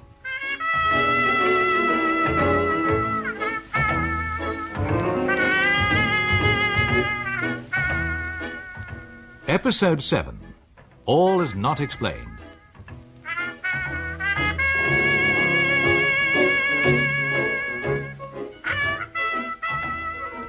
Lord Peter Wimsey left the churchyard and went into the church, stepping softly, as though he feared to rouse up something from its sleep. Abbot Thomas was quiet in his tomb. The cherubims, open-eyed and open-mouthed, were absorbed in their everlasting contemplation. Far over him he felt the patient watchfulness of the bells. It was under those bells that Jeff Deacon had met with his death, found there by his former accomplice in crime, Nobby Cranton, who had come back to Fenchurch St. Paul to find the fabled Wilbraham emeralds. There was every reason to suppose that Nobby Cranton had actually killed Deacon, but the case was complicated by the discrepancies in the story told by Mary Thody, first wife of Jeff Deacon, discrepancies that pointed to her second husband, Will, as the murderer. There seemed little justice in the case that Lord Peter was pursuing. Jeff Deacon, it was now clear, had killed 2 men in his lifetime. It was a grotesque and bizarre twist of fate that Wimsey should now be attempting to send to the rope the man who had rid the world of a ruthless murderer. Well, my lord, I tried with Will Thody again, but he won't say anything. Oh, I know you won't, Superintendent. Have you arrested him? No, my lord, I haven't. I sent him home, told him to think it over. But I'm taking the view that we'll be able to handle him better after we've interrogated his brother Jim. We know that Jim will be back in England any day now. Oh, yeah. The shipping owners have been very sensible. They've given him orders to come home without saying what he's wanted for. Good. I only wish I felt we were making some real progress towards finding out who did the actual murder. Well, my lord, we've established most of the facts about what happened in that belfry between December 31st and January 4th. Oh, well, yeah, I suppose so. We know that Jeff Deacon came back after all those years to pick up the emeralds that he'd hidden after the robbery. We know that Cranton sent him false papers to help him get over here from France using the name Paul Taylor, right? We also know that Nobby Cranton feared he was going to be cheated out of his share of the takings and came herring up to Fenchurch St. Paul under the name of Stephen Driver. I met him on the road as I was leaving the village, you may recall. Well, at least there's no doubt about that bit, my lord. And Nobby Cranton finds that the cryptogram sent to him by Deacon isn't one bit of help in finding the emeralds. However, he does begin to think that there's some connection with the bells in the church, right? Mm-hmm. So he goes along to the church late at night, and there in the belfry he finds Deacon tied up and already dead. According to our own dear Nobby. Alternative explanation, Nobby Cranton finds Deacon in the church and gets angry and wallops Deacon over the head for double-crossing him. I accept that we already know, my lord. The Deacon wasn't killed by a blow to the head? Right. Yes, true. We also know that he didn't starve to death. Oh, I'm beginning to think that we know too much. None of it seems to help. I suppose it's possible that it was Will who killed Deacon. The motive was certainly there, and no mistake. Deacon was a nasty piece of goods. He dragged Mary's name into the dirt by stealing his employer's property to start with. Then he murders a warder while he's in jail. Then, just when Will and Mary have built a new life and they think that Deacon is long dead, up he pops like a jack-in-the-box and threatens to wreck their happiness. I can't say how to blame Will Thody if he just lammed Deacon one and got rid of him once and for all. Bit of a public service, right? Yes, my lord. Though the law's the law, and I suppose it's not really for us to say that one man has the right to kill another. Quite. And yet you know, Bundle, the timing is all wrong for Will Thody to have done it. We know that he was ill and bedridden on the night of the 31st. I remember it myself. I mean, that was why I spent my New Year celebrating pulling on a bell rope, because Will Thody was too ill and I agreed to take his place. But what about his strange behaviour? Running round the countryside with £200 in cash, and then there's the beer bottle left lying in the belfry, same kind as Mary had been buying during Jim Thody's visit. Which opens the possibility that Jim is the murderer, and that Will is covering up for him, being his brother's keeper, as it were, what? I doubt if we'll make much progress till we've had a talk with Jim Thody. And even then, my dear Blundell, I would not absolutely guarantee that we make rapid progress. There's something about this case that defies rational investigation. Perhaps the rector killed Deacon, what do you think? Or Hezekiah the blacksmith, or the rector's wife. Or could it have been the foreign secretary? I don't suppose it were any of those, my lord. I'm waiting for Jim Thody. I got a hunch that he may have quite a lot to tell us. Have you? Oysters have beards, but they don't always wag 'em. If it comes to oysters, there's ways and means of opening 'em. And you needn't swallow 'em whole, neither. You're not planning to have another talk with Will Thody? No, not just at the moment, no. I don't think there's much to be done for a bit. But my brother Denver is off to Warbeach to open the new cut, so I expect I shall pop along there and join in the fun.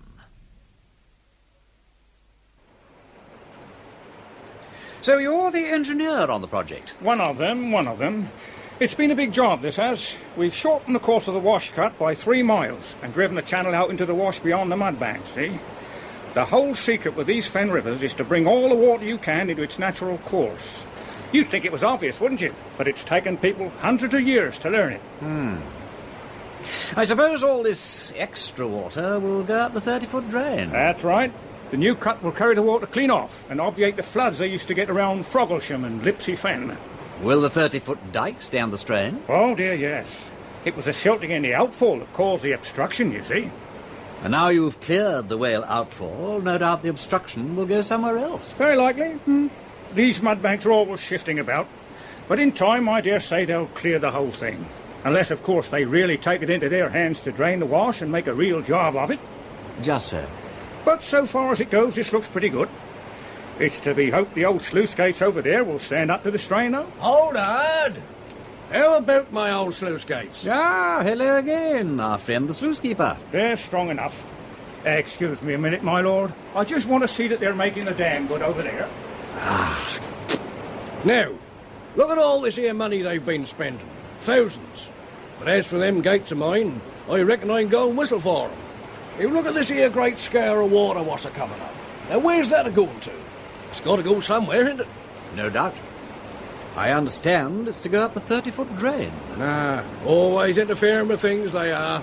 Well, they're not interfering with your gates, anyway. No, they ain't. And that's just where it is. Once you start interfering with things, you've got to go on. One thing lead to another. Let things bide, that's what I say. Don't go digging of 'em up and altering of 'em. Dig up one thing, and you've got to dig up another.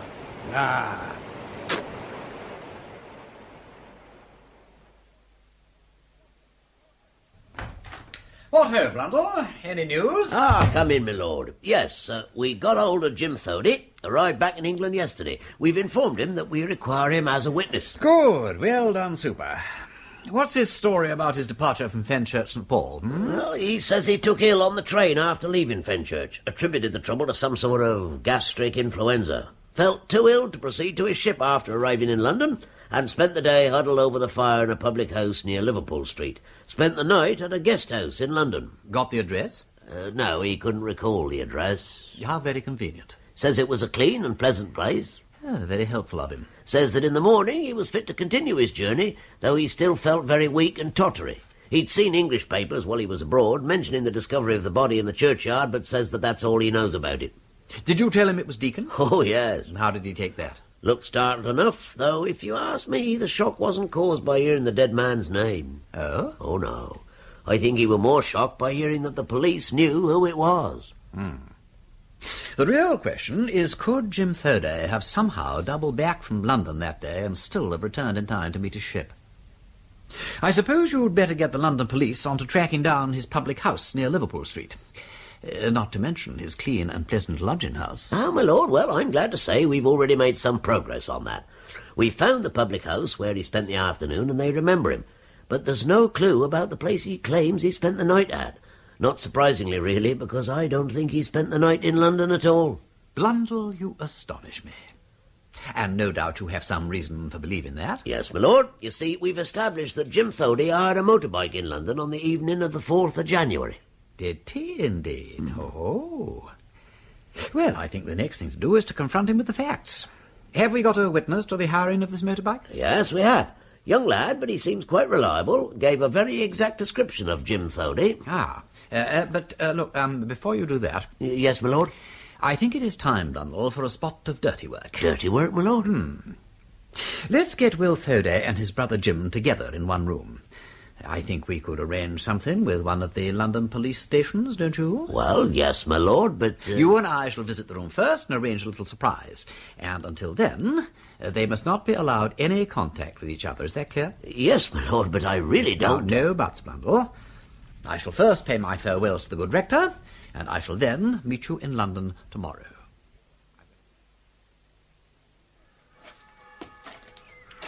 What do you think, Padre? Will the new wash-cut prove of immeasurable benefit to the Fens? Well, I'm sure I don't know, Lord Peter. They do say that it will greatly improve the flow of water and diminish the chances of flooding around Froglesham. I dare say you're right. As long as it doesn't improve the chances of flooding elsewhere. And whatever do you mean? Well, they're doing the whole thing piecemeal, Padre. There's no overall plan. The spirit of the Fens, it appears, is such. Let the water go elsewhere, as long as it don't come my way. Yes, you're quite right. There's a certain lack of community spirit in that regard. Oh, I'm sorry, by the way. I was unable to attend the opening ceremony. I hear your brother delivered a most fitting speech. Oh, yes. Yes, Denver's really quite a dab hand at putting over the right speech at the right time. But apart from that, you really didn't miss much, Padre. All in all, it was a moderately successful celebration. 3 people fell into the river, 4 men and 1 old woman were had up for being drunk and disorderly. A motor car became entangled with a tradesman's cart, and young Go-to-Bed won first prize in the decorated motorcycle competition. How delightful. Well, how is your case progressing? Progress, Padre, is not a word that really comes to mind when dealing with this case. However, I am travelling to London this evening, and tomorrow Blundell and I shall be interrogating Will Thody and his brother Jim. And that, no doubt, will only throw us all into further confusion. Oh, dear. I do hope poor Will Thody had nothing to do with that dreadful killing. It would really be... Rector? Afternoon, my lord. Good afternoon. Hezekiah, good afternoon. I see you're keeping the old box tomb in good order. Oh, I'm making old Samuel fine and clean for the summer. Yeah, I've beaten old Samuel by 10 good years, I have. Lay me beside old Samuel, I says, for everybody to see as I've beaten him. And I got rector's promise, so I have. But they don't write no such beautiful poetry these days. You just take a look at this inscription, my lord. Here lies the body of Samuel Snell. There for 50 years pulled the tenor bell.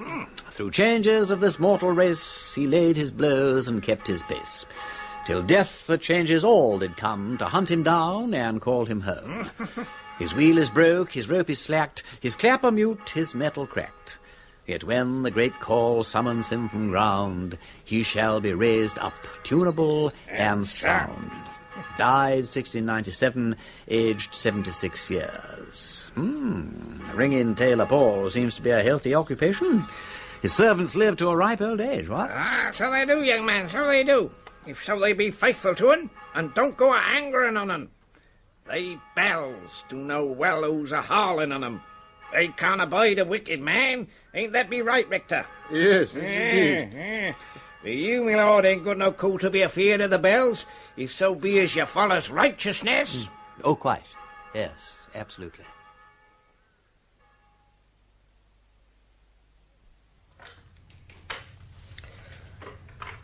Right, Blundell. Now let's have the other wire through here. Right, sir. No, as you were, under. Otherwise they'll spot it. Good. And I think the microphone, or whatever you call the beastly gadget, should be concealed over here, under the desk. I'm not sure as the Chief Constable would be very pleased if he was to find out we were doing this to official police station premises, my lord. I'm not sure as the Chief Constable is ever going to know about it, eh, Blundell? Well, I suppose not, but I'm sure this is a breach of judges' rules, my lord. Very likely, Blundell, but since when were you ever an ardent supporter of judges' rules, Now, let's see if the whole system works. I'll go through into the next room and see if the microphone's working properly. Righty-ho, Blundell. Talk to yourself for a bit. There's a good chap. Hello? Can you hear me, my lord? Recite something. Mary had a little lamb, its fleece was white as snow, and everywhere that Mary went... That'll do nicely. All right, Super, everything's working. Now, if you would be so kind as to fetch Will Thoday and Brother Jim in here. They've not yet had a chance to talk with each other, so we'll leave them alone together for a short time and listen to what transpires. Very good, my lord. I'll fetch 'em in now. They're in there now, my lord, so if there's any secrets, they'll come out now. Splendid. Well, Now, William? Well, Jim? How much do they know? Pretty well everything by what I can make out. Very well, then. You'd better let me take the blame. I'm not married, and there's Mary and the kids to be thought of, but in God's name, Will, couldn't you have got rid of that fellow without killing him? That is just what I was going to ask you. You mean to say it wasn't you who did away with Deacon? Of course not. I'd be a fool to do that. I thought you'd killed him. But I never laid a hand on him, Will, till after he was dead. But see here, Jim. If you didn't kill him, who did? Time for us to announce our presence, I think, Superintendent. Come on. All right. Let's have the rest of it. What do you mean? Now then, sit down, both of you, and let's start at the beginning, shall we? You both realise that anything you say may be taken down in writing and later used in evidence against you? Right. Go ahead, Will. I want to make it clear as I can that my poor wife never knew one thing about it, first to last. Why, that was my old trouble all the time. How to keep it from her. Well, let me see. It was on the night of December the 30th, and I was coming home pretty late, and I saw this light a-moving about near the church. Well, I think maybe it's Rector, or maybe it's Potty Pete, but I goes over to look because it do seem a bit strange, like. And when I gets near, I hear something moving about, bumping like in the chancel. And so, you went inside? Yes. And I goes, and there's a fella tugging at a ladder. And on the table I see a kind of lantern, and something else that has no right to be there. And that's a revolver. So I catches hold of the revolver, and I makes him put his hands up. And then he starts a-laughing, and he says, "Think again, Will Thoday." And I says, How do you know my name? And then I looked again and I said, my God, it's Jeff Deacon. And he said, yes. And you're the man that's married my wife. And he laughed again. And then he came over me just what it all meant. How did he know you'd married Mary? He didn't get it from Crampton. It seemed he'd been scouting round, like, in the village. Of course, I thought he must be meaning to blackmail Mary. I didn't realise it was the emeralds he was after. Why didn't you inform the police immediately? Well, I was in half a mind to give him up to the police and just face the scandal about me and Mary, but when I thought about her and the kids, well, I couldn't face it. And he knew just how I stood the devil. So he stood there grinning at me. In the end, I made a devil's bargain with him. I said I'd hide him and give him the money to get out of the country, providing he kept quiet about everything. But I didn't trust him, so before I went to fetch the money, I made him go up the belfry stairs in front of me, and then I tied him up. It wasn't difficult. I had the revolver, you see. So you got hold of a rope from the rope chest, and you tied him up to a beam in the bell chamber. That's right, yes, my lord. I tied him up good and proper, though it were a bit of a job, with the rope being so thick. Stay you here, I said, and I'll bring you something to eat in the morning, and see you out of the country before you're 24 hours older. Well, he cursed like the devil, but I paid no attention to him. Well, next morning I felt ill, but I couldn't stop to think about that. I took Deacon some bread and cheese and beer, and I left him an old coat of mine so he wouldn't freeze. And I tied him up by his elbows and ankles, leaving his hands free so he could help himself to the victuals, but not untie himself. But had you made any plans for shipping him off? Oh, yes, my lord. I went over to Walbeach and had a talk with a pal of Jim's, a queer old skipper on a Dutch cargo boat that was lying there. I had a word with him, and he agreed to wait until 10 o'clock that night and take my passenger, no questions asked. £250 was the price he wanted, and I gave him 50 then and there, and held on to the £200 till I got Deacon on board. I started back, and then I got too ill to continue, and, well, you know what happened afterwards. Well, that's very clear. I needn't tell you that you were compounding a serious felony by helping a convicted murderer to escape from justice. Speaking as a policeman, I'm shocked. Speaking as a human being, I have every sympathy. Now, Jim, I imagine your part of it comes in here. Well, sir, as you know, poor Will was brought back in a terrible state, and we thought for a day or two he was pretty well gone. He was out of his head and kept on calling out that he must go down to the church, but we put that down to the bell-ringing business. Then, when Mary was out of the room, he clutched at my hand and started talking about keys and money and someone in the belfry. He kept on saying, "Don't let Mary know." Well, I thought he must be delirious-like, but then I looked in his coat and found a set of keys and a wad of money. Well, I began to think there must be something in it. So, you went to the church? Yes, that's right. What day was that? I reckon it was the 2nd of January. I went up into the belfry and, well, there he was. He must have been pretty fed up with things by then. Fed up?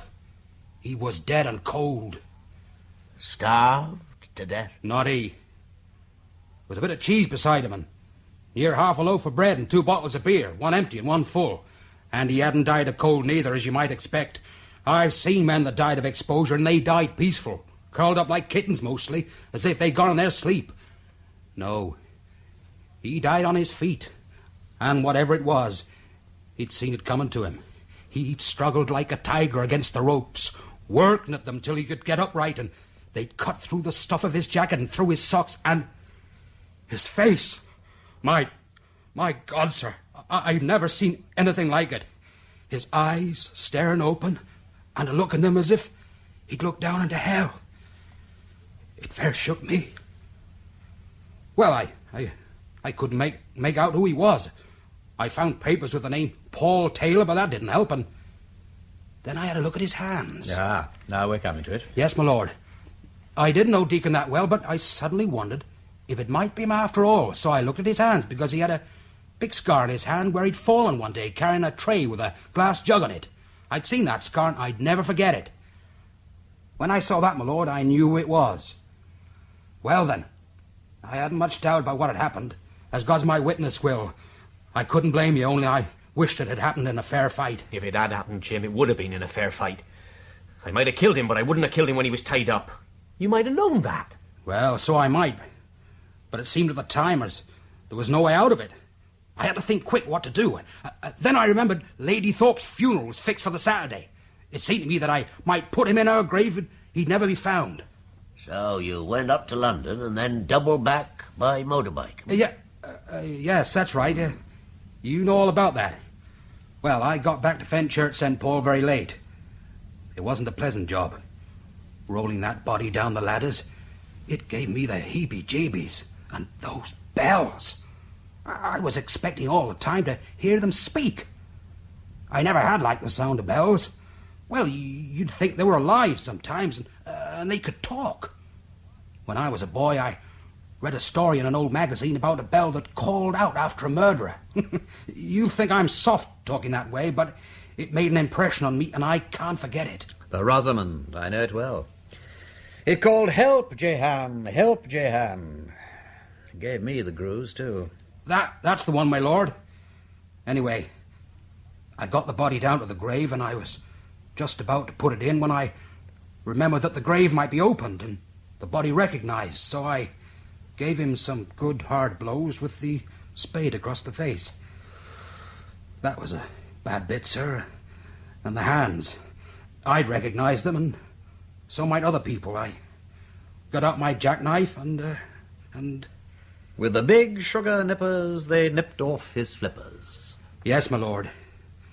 I made them into a parcel with his papers. I put the ropes and his hat down the well. Then I filled up the grave and put the wreaths back as tidily as I could.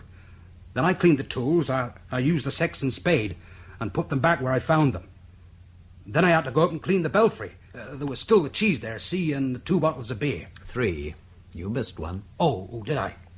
Well, now, I locked up everything tight, and then I wondered what to do with the keys. Finally, I thought I'd best leave them in the vestry, as though Rector had forgotten them. He's very absent-minded. All but the key of the porch, and I left that in the lock. It was the best I could think of. And the parcel? I threw that into the 30-foot drain, 12 miles off from Fenchurch. I didn't quite know what to do with Will's old coat, but in the end I posted it back to him with a note. I just said, "Many thanks for the loan. I've put away what you left in the belfry." Well, I couldn't be more open for fear Mary might undo the parcel and read the letter. You'll have to forgive me, Jim, but naturally I fancied you'd done the job. Only I kept on hoping that maybe he died natural. He didn't do that. Then who killed him? I'm sure you didn't, Jim. If you had, you'd have accepted the suggestion that he died of exposure. Somehow I'm inclined to believe that your brother didn't do it either. Though you're both accessories after the fact, you'd have an awkward time with the prosecuting counsel, both of you. But personally, I'm inclined to believe you both. Thank you, sir. Is there any reason why Will and Mary shouldn't go ahead and get remarried now, Super? Well, I don't know as there is. Not if these two are telling the truth. Proceedings, there may be. You two ain't out the wood yet, but as to getting married, I don't see any great harm in it. We've got their story, and I don't know as poor Mary can add very much to it. Thank you very much, Mr. Blundell. We may have to talk to the two of you again, you understand that. But if the superintendent is agreeable, I don't see any reason why you shouldn't be free to go. Thank you, my lord. Yes, thank you, my lord. Now make sure the desk sergeant is informed of your whereabouts. I don't want you two disappearing on me. Just go down the corridor and turn first right. Thank you, Mr. Blundell. Thank you. Well, my lord, I have to admit that little trick of yours seems to have paid off.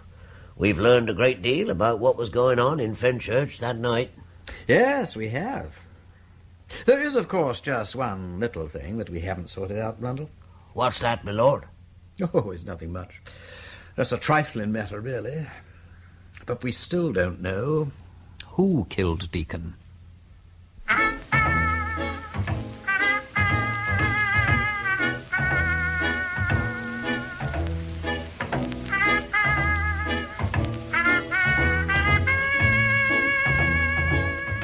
In that episode of the Nine Tailors, the parts were played as follows. Lord Peter Wimsey, Ian Carmichael, Superintendent Blundell, Timothy Bateson, the Reverend Theodore Venables, Philip Latham, Will Thoday, Keith Drinkle, Jim Thoday, Malcolm Terrace, Engineer Leonard Fenton, Hezekiah Lavender, Michael Spice, Sluice Keeper Peter Tuddenham, Narrator John Westbrook. The Nine Tailors was adapted by Alistair Beaton from the book by Dorothy L. Sayers and was produced by Martin Fisher.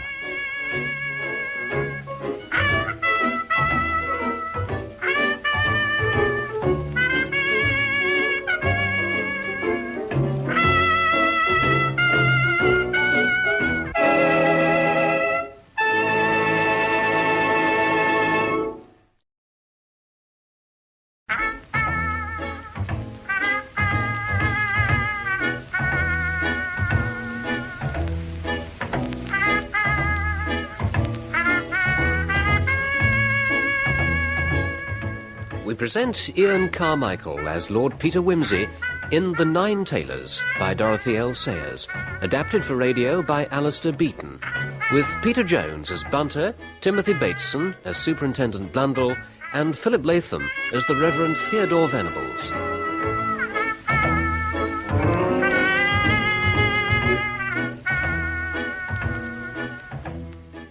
Episode 8, Nine Tailors Make a Man.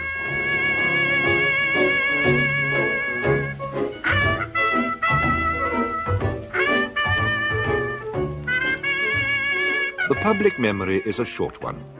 The affair of the corpse in the country churchyard was succeeded, as the weeks rolled on, by so many bodies in blazing garages, manhunts for missing murderers, tragedies in West End flats, nude corpses in caves, and suicide pacts in lonely woods, that nobody gave the matter another thought. Except Superintendent Blundell and the obscure villagers of Fenchurch St. Paul. Potty Peak, Jim Thoday, Will and Mary Thoday. They'd all been interrogated, but there was still insufficient evidence to feel certain that any of them killed Deacon, nor had anyone even succeeded in establishing how the victim had died. Lord Peter Wimsey had determined that he would never go back to Fenchurch St. Paul. His memories of it were disquieting, and he felt that there were one or two people in the parish who would be better pleased if they never saw his face again. But when Theodore Venables, the rector of Fenchurch St. Paul, wrote to him and begged him to come and see them during the Christmas holidays, he felt bound to go. The deciding factor was that if Wimsey did not spend Christmas at Fenchurch, he would have no decent excuse for not spending it with his brother's family at Denver. And of all things in the world, a Christmas at Denver was most disagreeable to him. And so, Christmas Eve found Wimsey and Bunter making their way across country to Fenchurch St. Paul. They seem, Bunter, to keep a special brand of disgusting weather in these parts. Last time it was snowing, and now it's pelting cats and dogs. There's a fate in it, Bunter. Yes, my lord. A very inclement season, my lord. Well, we must push on, push on. A merry heart goes all the way, You don't look very merry, Bunter, but then you are one of those sphinx-like people. I've never seen you look upset, except perhaps when Emily dusted the fingerprints off that infernal beer bottle. Yes, my lord. That hurt my pride very much, if I may say so. A very curious circumstance, that, my lord. Pure accident, I think, though it had a suspicious appearance about it at the time. Whereabouts are we now? Limpsey. Ah, yes, Limpsey. Limpsey, of course. Oh, we must cross over the Great Leam here by the old bank sluice. We must be just coming up to it. By Jove, there's a lot of water coming through there. Let's take a look, shall we?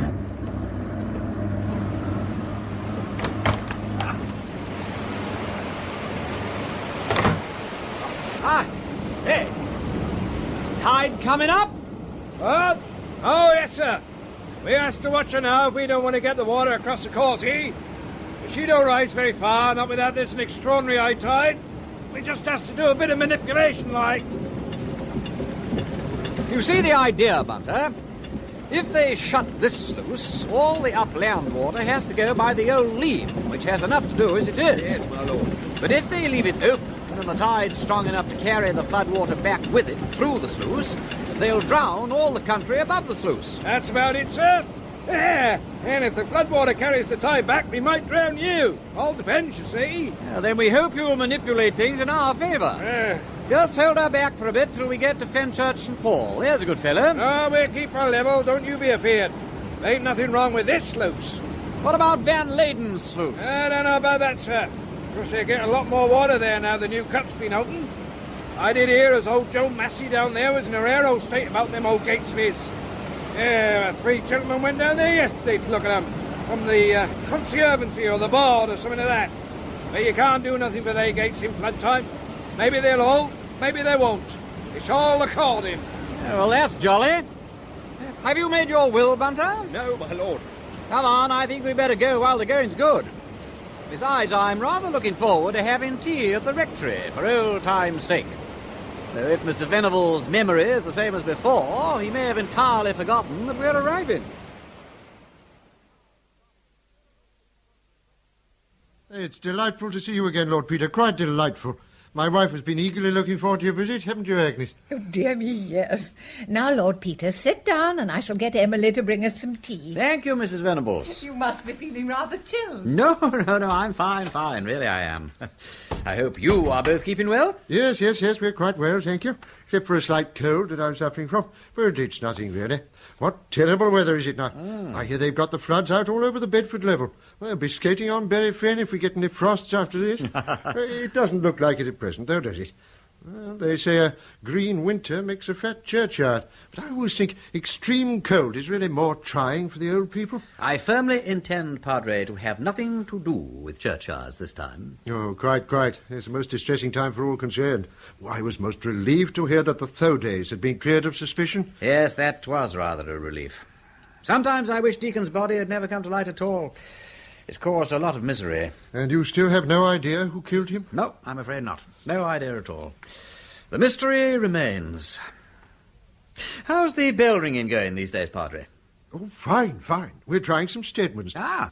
Now, Will Thoday is ringing tonight. Now, I turned over in my mind what you told me, but I saw no reason for excluding him. I feel convinced that he committed no great sin, and it would arouse so much comment in the village if he left the ringers. Gossip, such a wicked thing, don't you think? Oh, Theodore. Well, it must be time for our tea. Theodore, oh dear. Oh, goodness gracious. Whatever is the matter, Agnes? There is a message just come down from Van Leyden's sluice. The sluice gates are going. Great heavens. It seems they've done what they can with the sandbags and beams. They think it will hold this tide, but it's likely to go the next tide because the wind is building up. Oh, I've been afraid of this. I warned the drainage authorities over and over again about those gates, but they would not listen. Oh, well, no. It is no good crying over spilt milk. We must act quickly. If Van Leyden's sluice gives way, Lord Peter, you see what will happen. All the upper water will be turned back up the whale and drown us, 10 feet deep or more. Oh, my poor parishioners. All those outlying farms and cottages. What about the church, Padre? Will that be safe? Oh, yes, the church will be safe whatever happens. Well, unless we get a rise of over 12 feet, which is hardly likely. Now, first thing to do, ring the alarm. Everyone knows what that means, thank God. They learnt it during the war. Oh, I never thought I should thank God for the war, but he moves in a mysterious way. Now, Agnes, my dear, you'd better go and find Hinkins and tell him to fetch one of the other men and ring the alarm on Gowdy and Taylor Paul at once. Now, here are the keys of the church and the belfry. Theodore, I think we should get the valuables and the parish records taken over to the church. If we put them in the tower, they're sure to be safe. Yes, you're quite right, my dear. But I don't expect the house will be touched, but one can't be too careful. Look, I'd like to be of help, Padre, if I can. Why don't I drive over to Van Leyden's sluice and see if I can give a hand? The longer we can hold the gates there, the longer you'll have to make your preparations. Oh, yes, that would be most kind, Lord Peter. Perhaps you can stop in the village and get on the telephone to St. Peter and St. Stephen and make sure that they are prepared. We haven't a moment to lose. Do you put them sandbags in place? Now, keep filling them. Don't reckon we can hold it much longer, my lord. We thought we'd hold it till the next tide, but I don't reckon as we can, really. How much longer? I don't know. An hour, maybe 2. Oh, I told him, didn't I? I warned him. What will become of us now? Can you hold it longer if we get additional men? A regiment of men couldn't do nothing now. We got 6 gangs working on it now, as well as extra volunteers from the villages. We can't do a lot with all these here thousands of tons of water coming down. And there's more to come, so to say. Well, you better be careful. It'll be very dangerous here when the gates give way. We'll be all right, sir. Hello, Will Thurday's here as well. You better prepare to move to safer ground, Will. Have you just come from Fenchurch, my lord? Yes, I wanted to see if I could be of any help to you here. My wife and children, are they safe? Safe as houses, Will, don't you worry. The rector's doing wonders. He's preparing shelter for everybody in the church. Ah, well, he's not got much longer before this water will be down on the village. Yes, I know. Come on, let's get on with the sandbagging. Right on, my lord.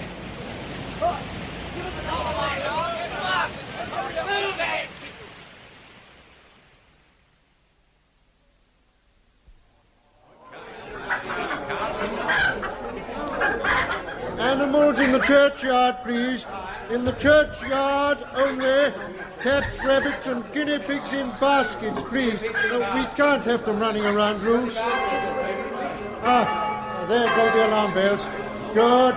Theodore, we must get Harry Go-to-bed to rig a tackle over the church well for the drinking water. Yes, you're quite right, my dear. But we must make sure that it is boiled. That is essential. I've sent Emily to tell Mr. Henson. Oh, yes, of course, the grocer I'd quite forgotten. Now, we may be stranded here for several days.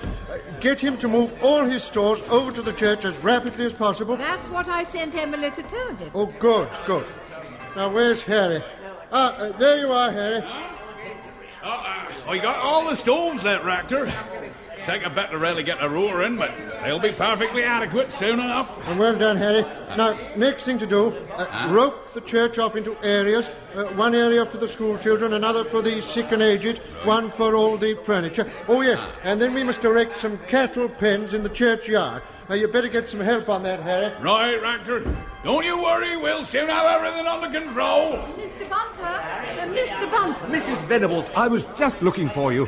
I was about to suggest that I lend some assistance with the commissariat, if not required elsewhere. Oh, yes, that would be most helpful. I understand that the rectory is in no immediate danger, and I was about to suggest that, with the kind help of the butcher, a sufficiency of hot soup might be prepared in the wash-house copper and brought over to the church in the wheeled watering tub, after the utensil had been adequately scalded, of course.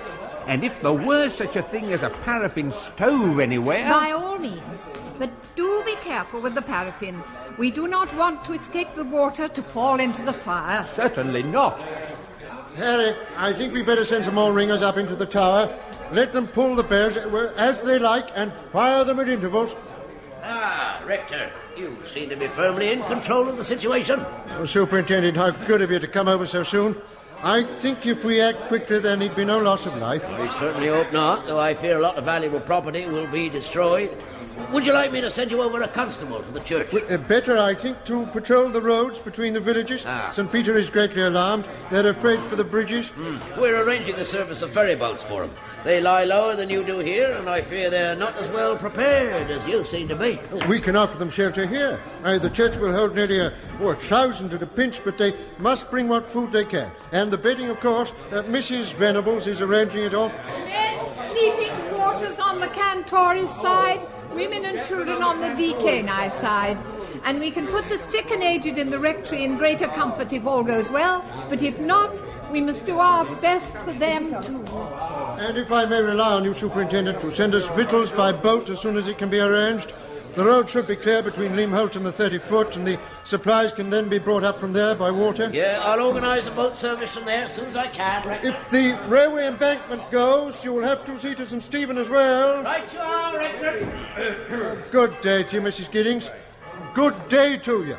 As we're having quite an adventure, are we not? Yeah. Oh, Mary, I hear your husband's doing very good work down at the sluice. We must see that he doesn't come to any harm.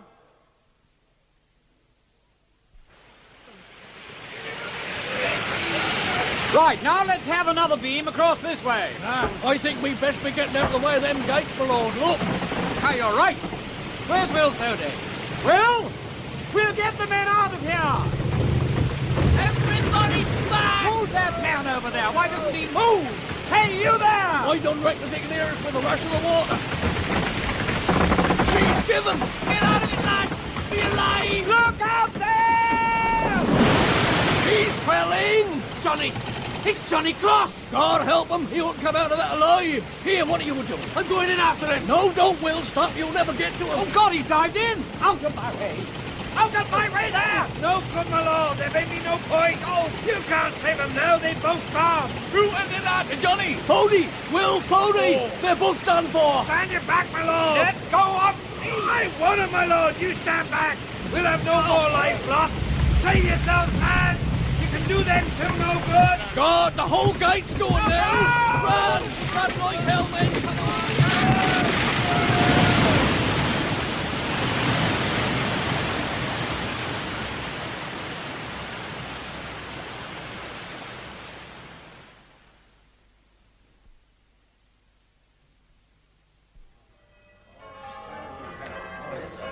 There was nothing any of us could do, Padre. John Cross and Will Thurday. Oh, that's terrible. Oh, God rest them, poor brave fellows. Agnes, my dear, I think you should be the one to break the sad news to their people. Oh, dear. Poor Mary Thurday. Fate has been so cruel to her. I shall tell her directly. And poor Mrs. Cross with 3 children. Oh, dear. Will Thurday died trying to rescue the other man.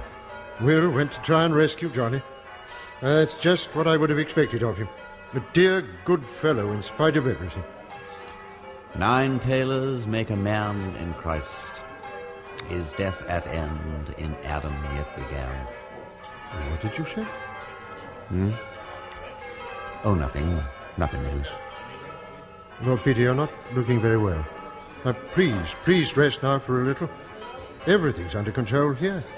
All we can do now is wait and pray that the water will not come up as high as the church. Almost all my parishioners are here, and any we've missed will be certain to hear the bells. Yes, I'm sure you're right. The bells. I think I'll just go and see if I can relieve any of the ringers. Well, if you insist, Lord Peter. If you insist. I've been looking round here, Dor. I think everyone's here. Oh, good. But we shall continue to ring the bells, my dear, for another few minutes or so, just in case there is still some poor soul left out there.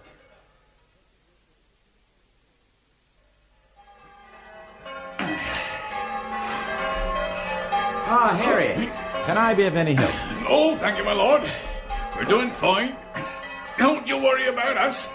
Oh, very well. But if anybody wants a relief, don't hesitate to call me. I'll be up at the top of the belfry. I'll get the best possible view of the landscape from up there, and I can keep an eye on the approaching waters. The door is unlocked, I assume? Yes, it is, my lord. Splendid.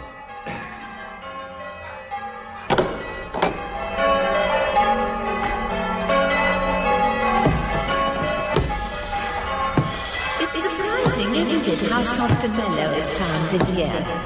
But of course there's another floor between us and the belches. Let the bells give time. Little Gaudet, Silver Sabaoth, Strong John and Jericho, Glad Jubilee, Sweet... I'll never forget the sound it made. It wasn't loud, but kind of terribly sweet and threatening. You think I'm loony, but I tell you, that bell was alive. That's a rope, that is. They got 8 of them hanging in the tower over there. There's number 9 coming, and that's a route to hang by. He's waiting for the 9 tailors.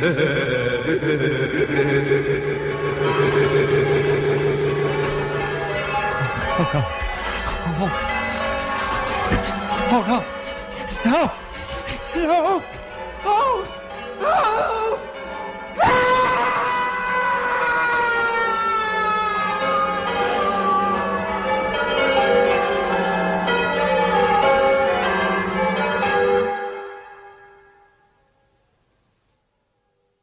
That's better.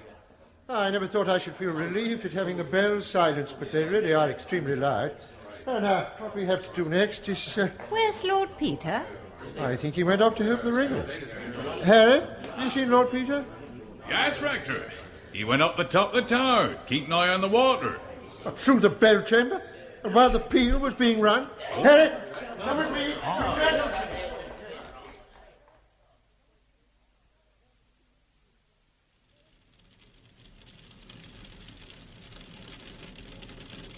My dear Lord Peter, whatever possessed you? It could have been most dangerous if one of the bells had struck you. Oh,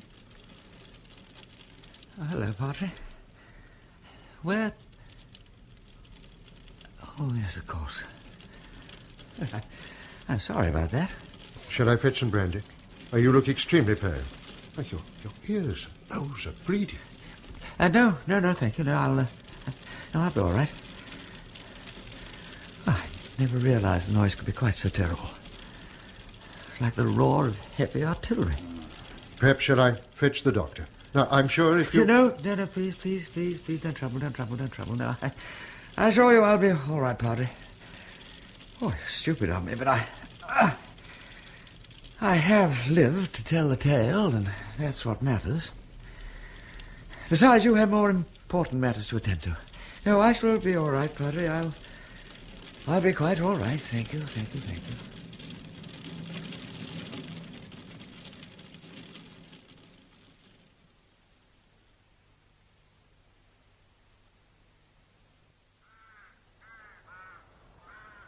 Well, my lord, not a pleasant sight, is it? Nothing but ooze and weed as far as the eye can see. It'll take a deal of clearing up now that the flood's gone down. It doesn't smell too agreeable, neither. Nonsense, Blundell. At Southend, you'd call it ozone and pay £1 to sniff for it. Well, Padre, Fenchurch St. Paul has lived through a lot in the last year. But at least we needn't look for a murderer now. And what do you mean, Lord Peter? Because the murderers of Jeff Deacon are hanging already. And a good deal higher than Haman. Murderers? More than one? Oh, who were they? Gaudet, Sabaoth, John, Jericho, Jubilee, Dimity, Batty Thomas, and Taylor Paul. The bells. Yes, I ought to have guessed. I believe it's at St. Paul's Cathedral that it's said to be death to enter the bell chamber when a peal is being rung. I certainly know that if I'd stayed 10 minutes more in the tower that night when they rang the alarm, I should have been dead too. I don't know exactly what of. Stroke, apoplexy, shock, anything you like. The sound of a trumpet laid flat the walls of Jericho, and the note of a fiddle will shatter a vessel of glass.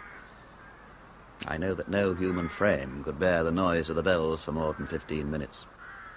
And Deacon was shut up there, roped and tied, for 9 interminable hours between the old year and the new. My God.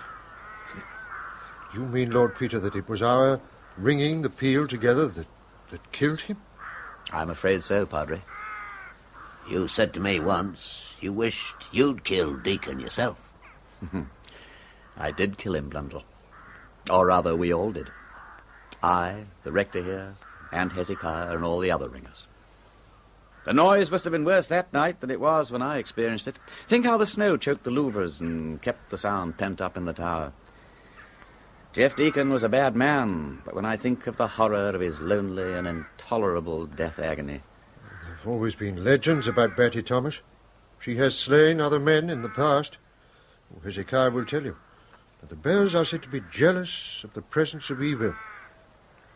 Perhaps God speaks through those mouths of inarticulate metals. He is a righteous judge, strong and patient. Well, seems as if we needn't take any more steps in this matter. The man's dead, and the fellow that put him up there's dead too, poor chap, and that's about all there is to it. I don't altogether understand about these bells, but I'll take your word for it, my lord. Matter of periods of vibration, I suppose. Yours seems the best solution, and I'll put it up to the chief constable. That's all there is to it. I'll wish you a good morning, gentlemen. The voice of the bells of Fenchurch St. Paul. Gaudet, Sabaoth, John, Jericho, Jubilee, Dimity, Batty Thomas, and Taylor Paul. 9 tailors make a man in Christ. Is death at end? In Adam yet began.